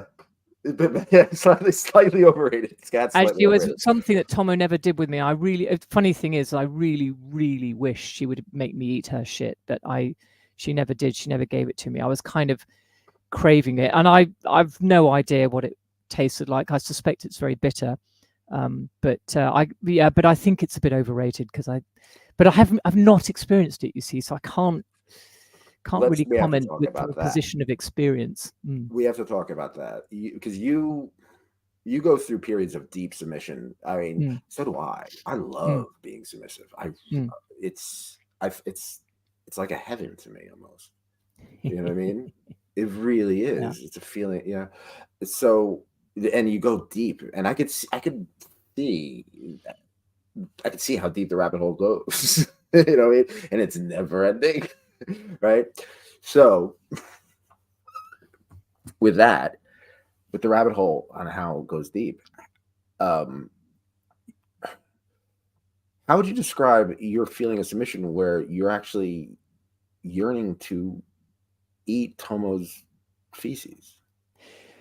It was that's because it was the ultimate degradation and humiliation, and somehow there's an intimacy because it's come from her. It's the fruit from her body, and I remember when I drank her urine in one session. I remember I felt really connected with her in a way that I hadn't, because I'd taken something from her body, and the shit is the ultimate degradation, and I wanted to experience that, because that's how I felt. It was the ultimate surrender. I mean, I was already there, ultimate surrender, but just one symbol of that It surrender, is symbolic. absolute degradation. I always think, I don't know if you're familiar with Sallow or 120 Days of Sodom.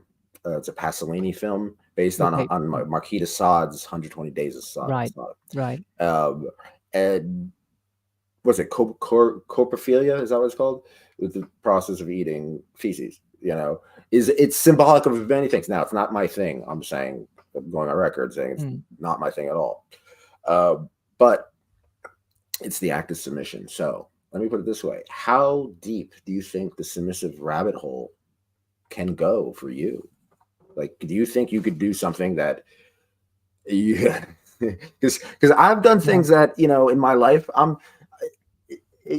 never thought I'd do, just kink wise, good, positive things. I'm not saying regret or anything like that, but you never know where it's going to go. So can you see yourself, and what can you see yourself doing? Well, the kink rabbit hole's going to do? I probably am not going to go to those levels anymore, because I really, by learning to love myself, I just look for the pleasure in BDSM, and I'm not really into degrading myself to that level anymore. But when I was with Tomo, the absolute, there was a limit to where I would go to, and I think I drew a line at permanent damage and permanent scars, with the exception that I did want her to brand me. I think the limit, also in terms of physical harm, is, even if it was going to cure, I wouldn't have allowed her, for example, to break a bone, or I did actually want her to. Here we go. This is quite extreme. I wanted her to, how in torture, in real torture, and CIA torture and stuff, they pull off your fingernails. That's one kind of torture. Now, I didn't want to lose a fingernail, but I was prepared to let Tomo pull off a toenail. Just pull it off, just yank it off, the whole toenail. And big one or a little one? No, not the big one. One of the smaller ones, probably number 3, which is that's quite intense. I think that was probably the limit that I would have gone to. I wouldn't have, and that's, for me, that's quite intense. That would have been excruciatingly painful. So, but I had I had a limit. I didn't want to end up in hospital, and I didn't really want any permanent scars. That, I mean, I've got a cut here from my very first mistress, but nobody knows what it is. If I had 3 similar cuts, it would look odd.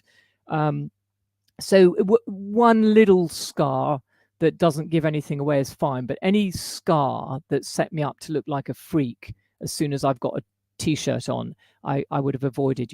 So that's it really. So I did have limits, and I think Tomo was kind of psychic. A lot of the best mistresses are intuitive to the point of being psychic. She could read me like a book, and I think she understood. She knew how far she could push me, and she never took me beyond any of those serious limits, if you will. Sunshine asks, they said you're in a vanilla relationship now for 5 years.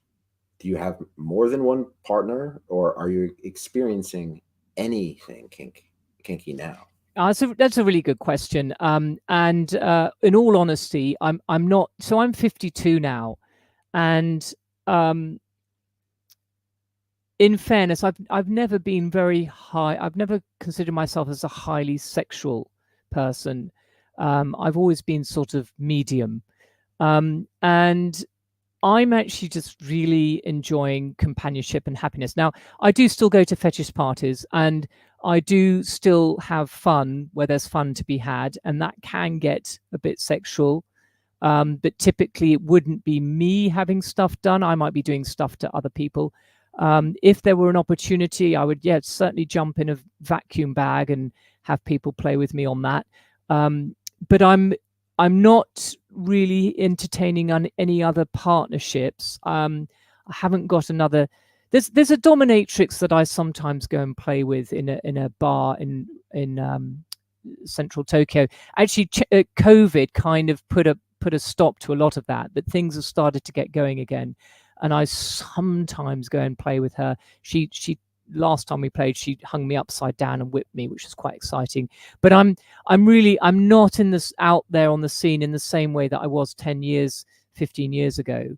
I've sort of, I'm sorry, listeners. It's a bit disappointing, but that's the honest truth. There you go. No, you're truthful. See, what is interesting, what I find fascinating about you, we're very much alike because we've experienced things, and we're trying to now. We've had those experiences, and we want to express them and write them and tell people about them. Yeah. So, yeah, I love that. Now, that's what art is, and that's what art does. So, rapid fire recommendations. Okay, this tells a lot about you. Now, it's not the be all end all. So, I'm going to ask you to recommend certain things, but they don't have to be. They don't have to define you as a person. They just have to be something that you recommend. Okay. Recommend a film.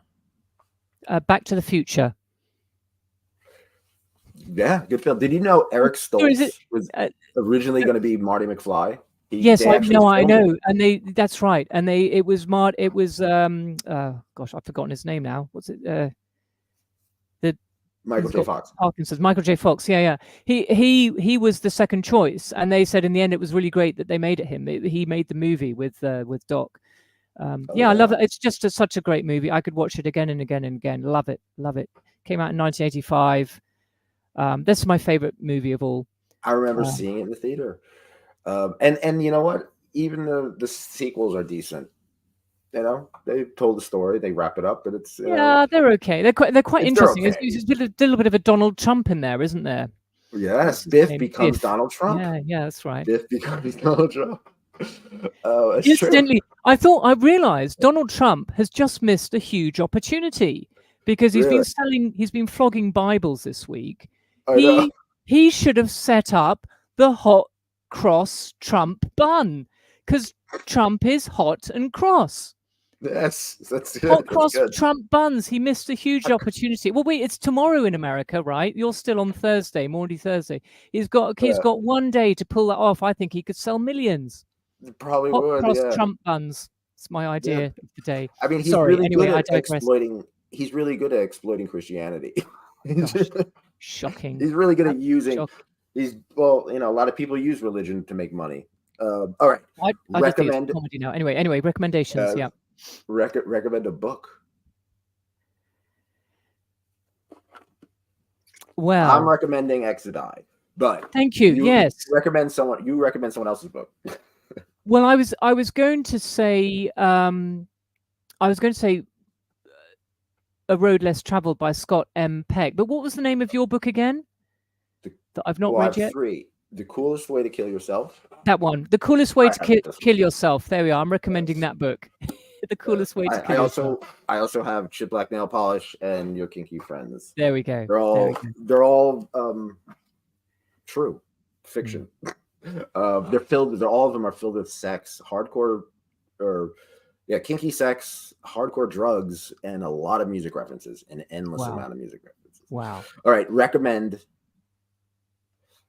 art, any kind of art, any medium, or an artist. I actually really love Higashiyama Kai. He's a Japanese artist, and he paints scenes, mountains with mist, and he always has a white horse. Well, in his latter paintings, he has a white horse that appeared, and he got the inspiration for this white horse, and he knew that when he started putting white horses in his picture, that he had gained confidence as an artist and found himself. So whenever I see any of his pictures with a white horse, I feel very moved. Higashiyama Kai, artist in Japan. Recommend a song. Well, I think Bohemian Rhapsody, Queen's Bohemian Rhapsody, absolute art piece. What an expert piece of work that was. I love it. I really love that. Wonderful, wonderful track. And it's it timestamps things for me all throughout my life. That song. That's one thing I love about the song. Recommend a television show. Well, I don't really watch television. The weather. I don't really watch TV. I tend to watch the Weather movies. Channel. Okay. but no, I mean, in seriousness, I do really enjoy watching. If I watch a whole season, I do enjoy. I'm sorry, but I enjoy X Factor, which is, I think, American Idol with Simon Cowell. I do really enjoy the reality aspect of watching people's emotions and having their day made. But there's a downside to that as well, because you can watch people getting kicked off as well. But we all love to watch human emotions, and I think that's those shows are great. But I don't really have time to watch them. But occasionally I'll watch an episode. I'll watch something on YouTube, and I think, oh, that looks interesting. So there are a lot of hungry people out there in the world. Recommend a meal. Thai green curry with chicken. Thai food, love it. That sounds great. Okay, we're wrapping things up. All right. One of the things that one of the themes in your book is about becoming and loving yourself. So I think kink saved my life in many ways. The expressing myself, because I would be miserable. You know what I mean? How has kink saved your life? Well, I honestly believe I talk about discovering that I didn't love myself as a lesbian woman in 2007, and then it took 7 years to learn to love myself. And in that last 2 years of that 7-year process was my relationship with Tomo, and I call it sort of like my boot camp training, learning to love myself. And I honestly think that much as people think she was very cruel and she did horrible things for me and she neglected me in an awful way and degraded me in a horrible way, I think that was absolutely what I needed, to be completely stripped down to the ground zero, to find it in myself, to pull myself up by my own bootstraps. And I really thank her for that. That's why I made a mosaic and gave it to her. And I think in that regard, kink helped me, because how else could I have got to that absolute zero unless I was in a dominant, submissive relationship? And I think I'm just really grateful for my experience. Now, I don't recommend that everybody use S&M to learn to love themselves, but it just happened that was the pathway that took me there. And I'm really grateful. I feel very blessed that this, what could have potentially been a really negative experience, turned into such a positive experience in the outcome. I have a couple of questions came in. Japan. I romanticize Japan. I do. I've never been there. I always wanted to go to Shibuya. I remember I'm a fan of an artist called Momus, and who writes songs for a Japanese artist called Kahimikari, who also Cornelius from that Shibuya pop type style, Flipper's guitar. I don't know. These are probably bands you don't know. There's so many of them. There's so many musicians and stuff like that. But a lot of people from other countries romanticize Japan through music, through art, and everything like that. What made you fall in love with Japan? I was just a duck to water. The first time I came to Japan was 1999 September, and in that year I was living in London, and I had just had an idea installed in my brain by a client. I was working in financial services at Friends Provident back then in the Old Bailey, and somebody had said to me, "Why don't you go to Japan?" Because I was looking to go overseas and get some experience, and somebody just popped the seed in my head. And it was just one of those things where it's like, yeah, Japan, that's where, like, my whole core being wanted to go to Japan. And I got this job interview, and then eventually got offered a job in August of 1999, and I moved out to Japan for the first time on the 15th of September 1999. And I never had culture shock. I was a duck to water, loved the exotic oriental environment, loved the smells on the street. I loved all the restaurants everywhere, the delicious food. The people were so kind and polite. Everything ran so efficiency. I think the number one thing on my list is the efficiency. The trains are on time, the buses are on time. There's a real investment in public transport as well.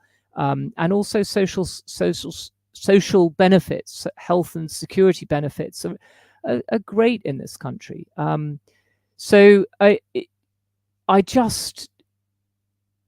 just got attracted even before I got here, and I just think there's something in my soul that was Japanese and wanted to come home. It's almost like I felt I was coming home, moving to Japan. I just literally duck to water, love this place, and all that comes with it. Now, everything ends. People, platforms, people leave platforms. Kinky people, they disappear. They burn out. They disappear, you know. Getting out of a breakup, especially if you're kinky in any way, if you're exploring a dom sub relationship. A dom I was with recently died of cancer. Oh, you know? Yeah. So there's grief, and the book Your Kinky Friends deals with grief. And was that the Lynn that you were talking about earlier? No, that's another one. Okay. The older I get, the more people seem to, you know, get cancer and stuff like that, and but just age, simple age. I'm glad I have the moments I have with them. You know, that's what matters, and I hope someone feels that way about me. Anyway, what was I talking about? So, kinky people leaving. Kinky people leaving. Yes. So after this relationship, you have to move on, even regardless of who left who. There's a sense of healing. There's trauma, and there's also a sense of healing from that trauma. So for those people out there who are going through a bad breakup right now, or know someone who's going through a bad breakup in a BDSM world, maybe they were a sub and they lost their dom. Maybe they're a dom and they lost their sub. How do you get over it? Time heals. I spent a lot of time hiking in the Japanese mountains, getting into nature. I mean, it took me 2 years to get over Tomo, and part of the healing process was writing the book. Part of the healing process was just getting on with the next step of life. I had to find a new job, and after I'd written the book, I got quite focused on the project of my book. I mean, finding a new project that you can throw your whole into, and the new project might be a new mistress or a new dominatrix or a new partner, and that can be on the rebound. But I don't have any problem with it being on the rebound as long as you're aware you've gone into a new relationship quite quickly. But that's part of the healing process. I also think that if your breakup is acrimonious, you've just got to try and wrap it up with love and forgiveness, and know that better times will come with another person. It's the saving grace for me in my relationship with Tomo was actually my faith and my approach to the relationship, which was to constantly apply love and forgiveness. And because of that, that's why it became a positive outcome for me, and that I learned to love myself. So if you're going through an acrimonious relationship, surrender. even if you're the dominant, just surrender to the situation and apply love and forgiveness, and know that a greater outcome, a greater experience is ahead of you and you can look forward to, and bury yourself in a new project of some way, shape or form. Start an internet company, start a startup or something. I mean, so that's really the best advice I can give. And be wary. It takes time to heal, and cry and bleed off your pain. Not bleed literally, cry, by crying. I didn't mean cut yourself, sorry. So that's probably my best advice. Time, love, new projects. That goes to my next question. How can kinky people in the BDSM community, we're a different kind. There's something about us. We shine a little, our fires shine a little different, shine a different tone. How can kinky people help each other out? Even if they don't have money or power or anything like that, what are some help out in what scenario? In any way. For example, I need health insurance. I need, I want this to get bigger. How would you help me out? Well, certainly. I've always, I think that well, writing a book to help people, write down your experiences, helping other kinky people. I think first of all, I've always found in the BDSM culture that people are very happy to step forward as mentors and show people the ropes, if you will. And I think that's wonderful. In how can they help each other? Continue to promote safety, continue to talk about consent, look out for people who are clearly in a bad place. I was in a very bad place, and I did have some of my kinky friends start to point the finger and say, this is not how the relationship should be. This is not a healthy BDSM relationship. And I think it's important to speak up, because vanilla relationships gone wrong, well, then you've got maybe a man beating up a woman. BDSM relationships gone wrong, there's a framework for fundamentally hardcore abuse that appears to be going on consensually, but it may not be. So I think really in the kinky community, look out for people. If there's somebody who you think is in a bad space, go and offer a hand, go and offer a clover branch. Say, are you okay? Because maybe no one's asked them that. You do see people. You do see people at parties. You get to see the same faces, because it is quite a small world.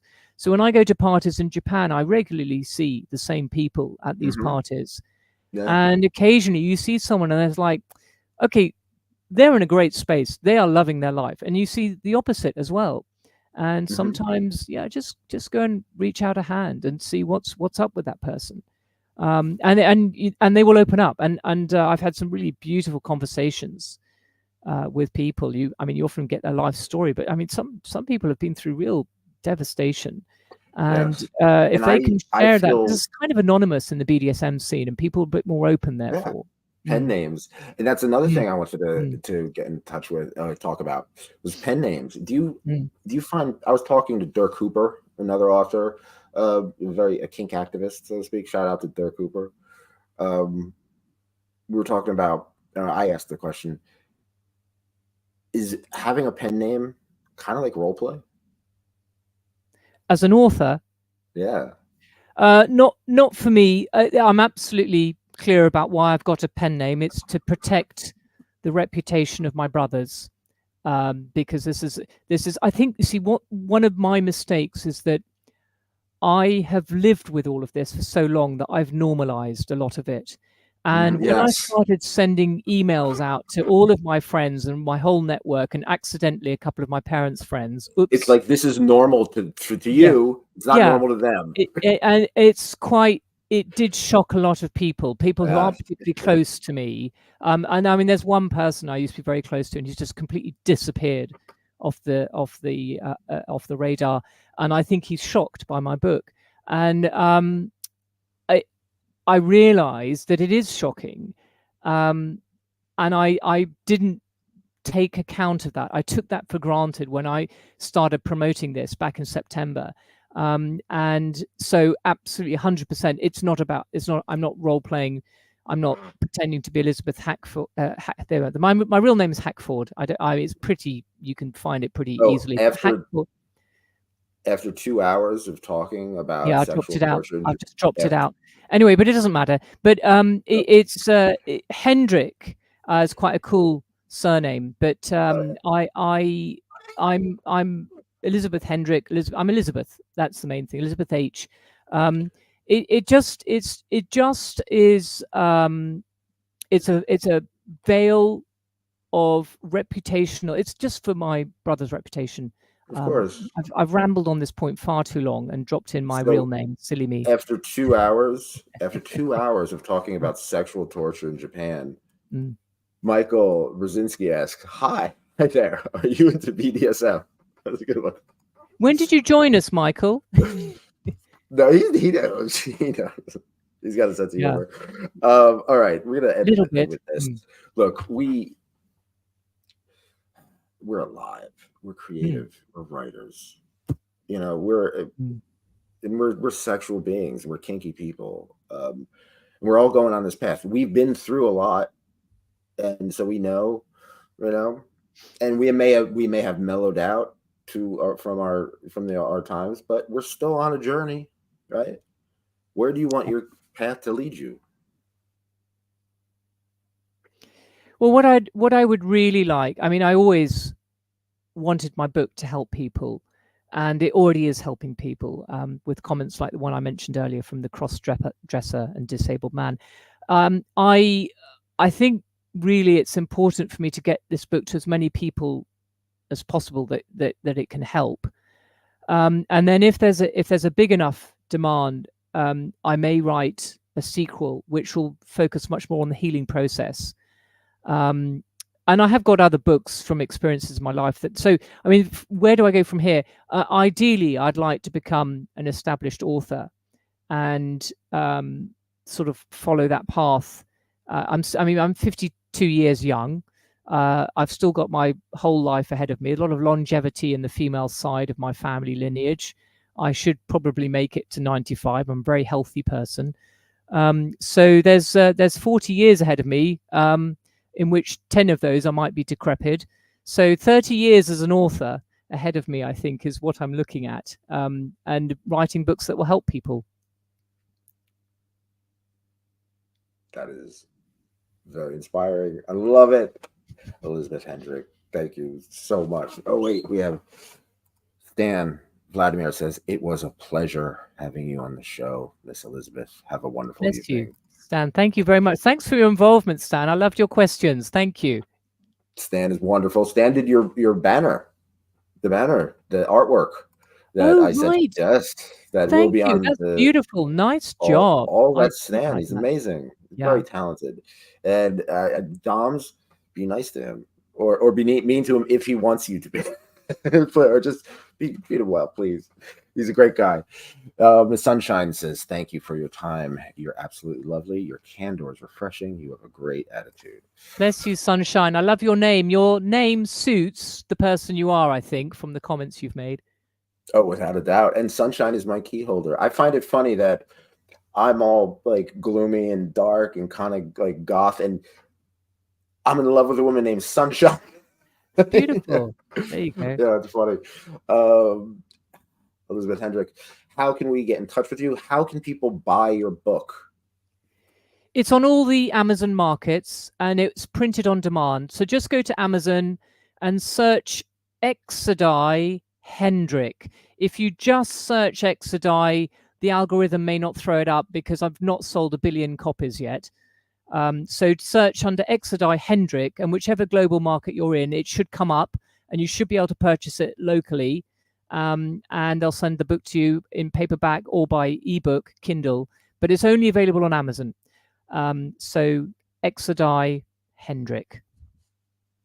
It's a wonderful book. Thank you. Please read it and support authors. Support kink. Write a review as well if you like it. Write a review. Goodreads, very important. Amazon, exactly. Amazon, definitely. Yeah. 5-star review. 5-star reviews, please. Yes, or just go and rate it 5 stars if you haven't got time to write a review. Give it a decent review. Why? An honest review. That as an author, Please. that's what we want. We want an honest review, not Yeah, quite. A genuine reviews. That's what like the reviews for my book. I could honestly say they're all genuine. Not one is like bought, you know. Right. Yeah. Me too. Me too. They're all honest reviews. Quite. And that's wonderful. Everybody, please buy my books. I have 3 of them. I have Chip Black Nail Polish, which is about my punk rock days. I have The Coolest Way to Kill Yourself, which is a tribute to the love of my life. Is the very first book I wrote. It's a memoir, a true story of a woman who dealt with the rave scene, dealt with poetry, was a writer, also dealt with drug addiction, prostitution, and a slew of other things, but embraced femdom, embraced the dominatrix in herself, so to speak. And of course, after she passed, your kinky friend saved me. So I wrote that book. Buy our books.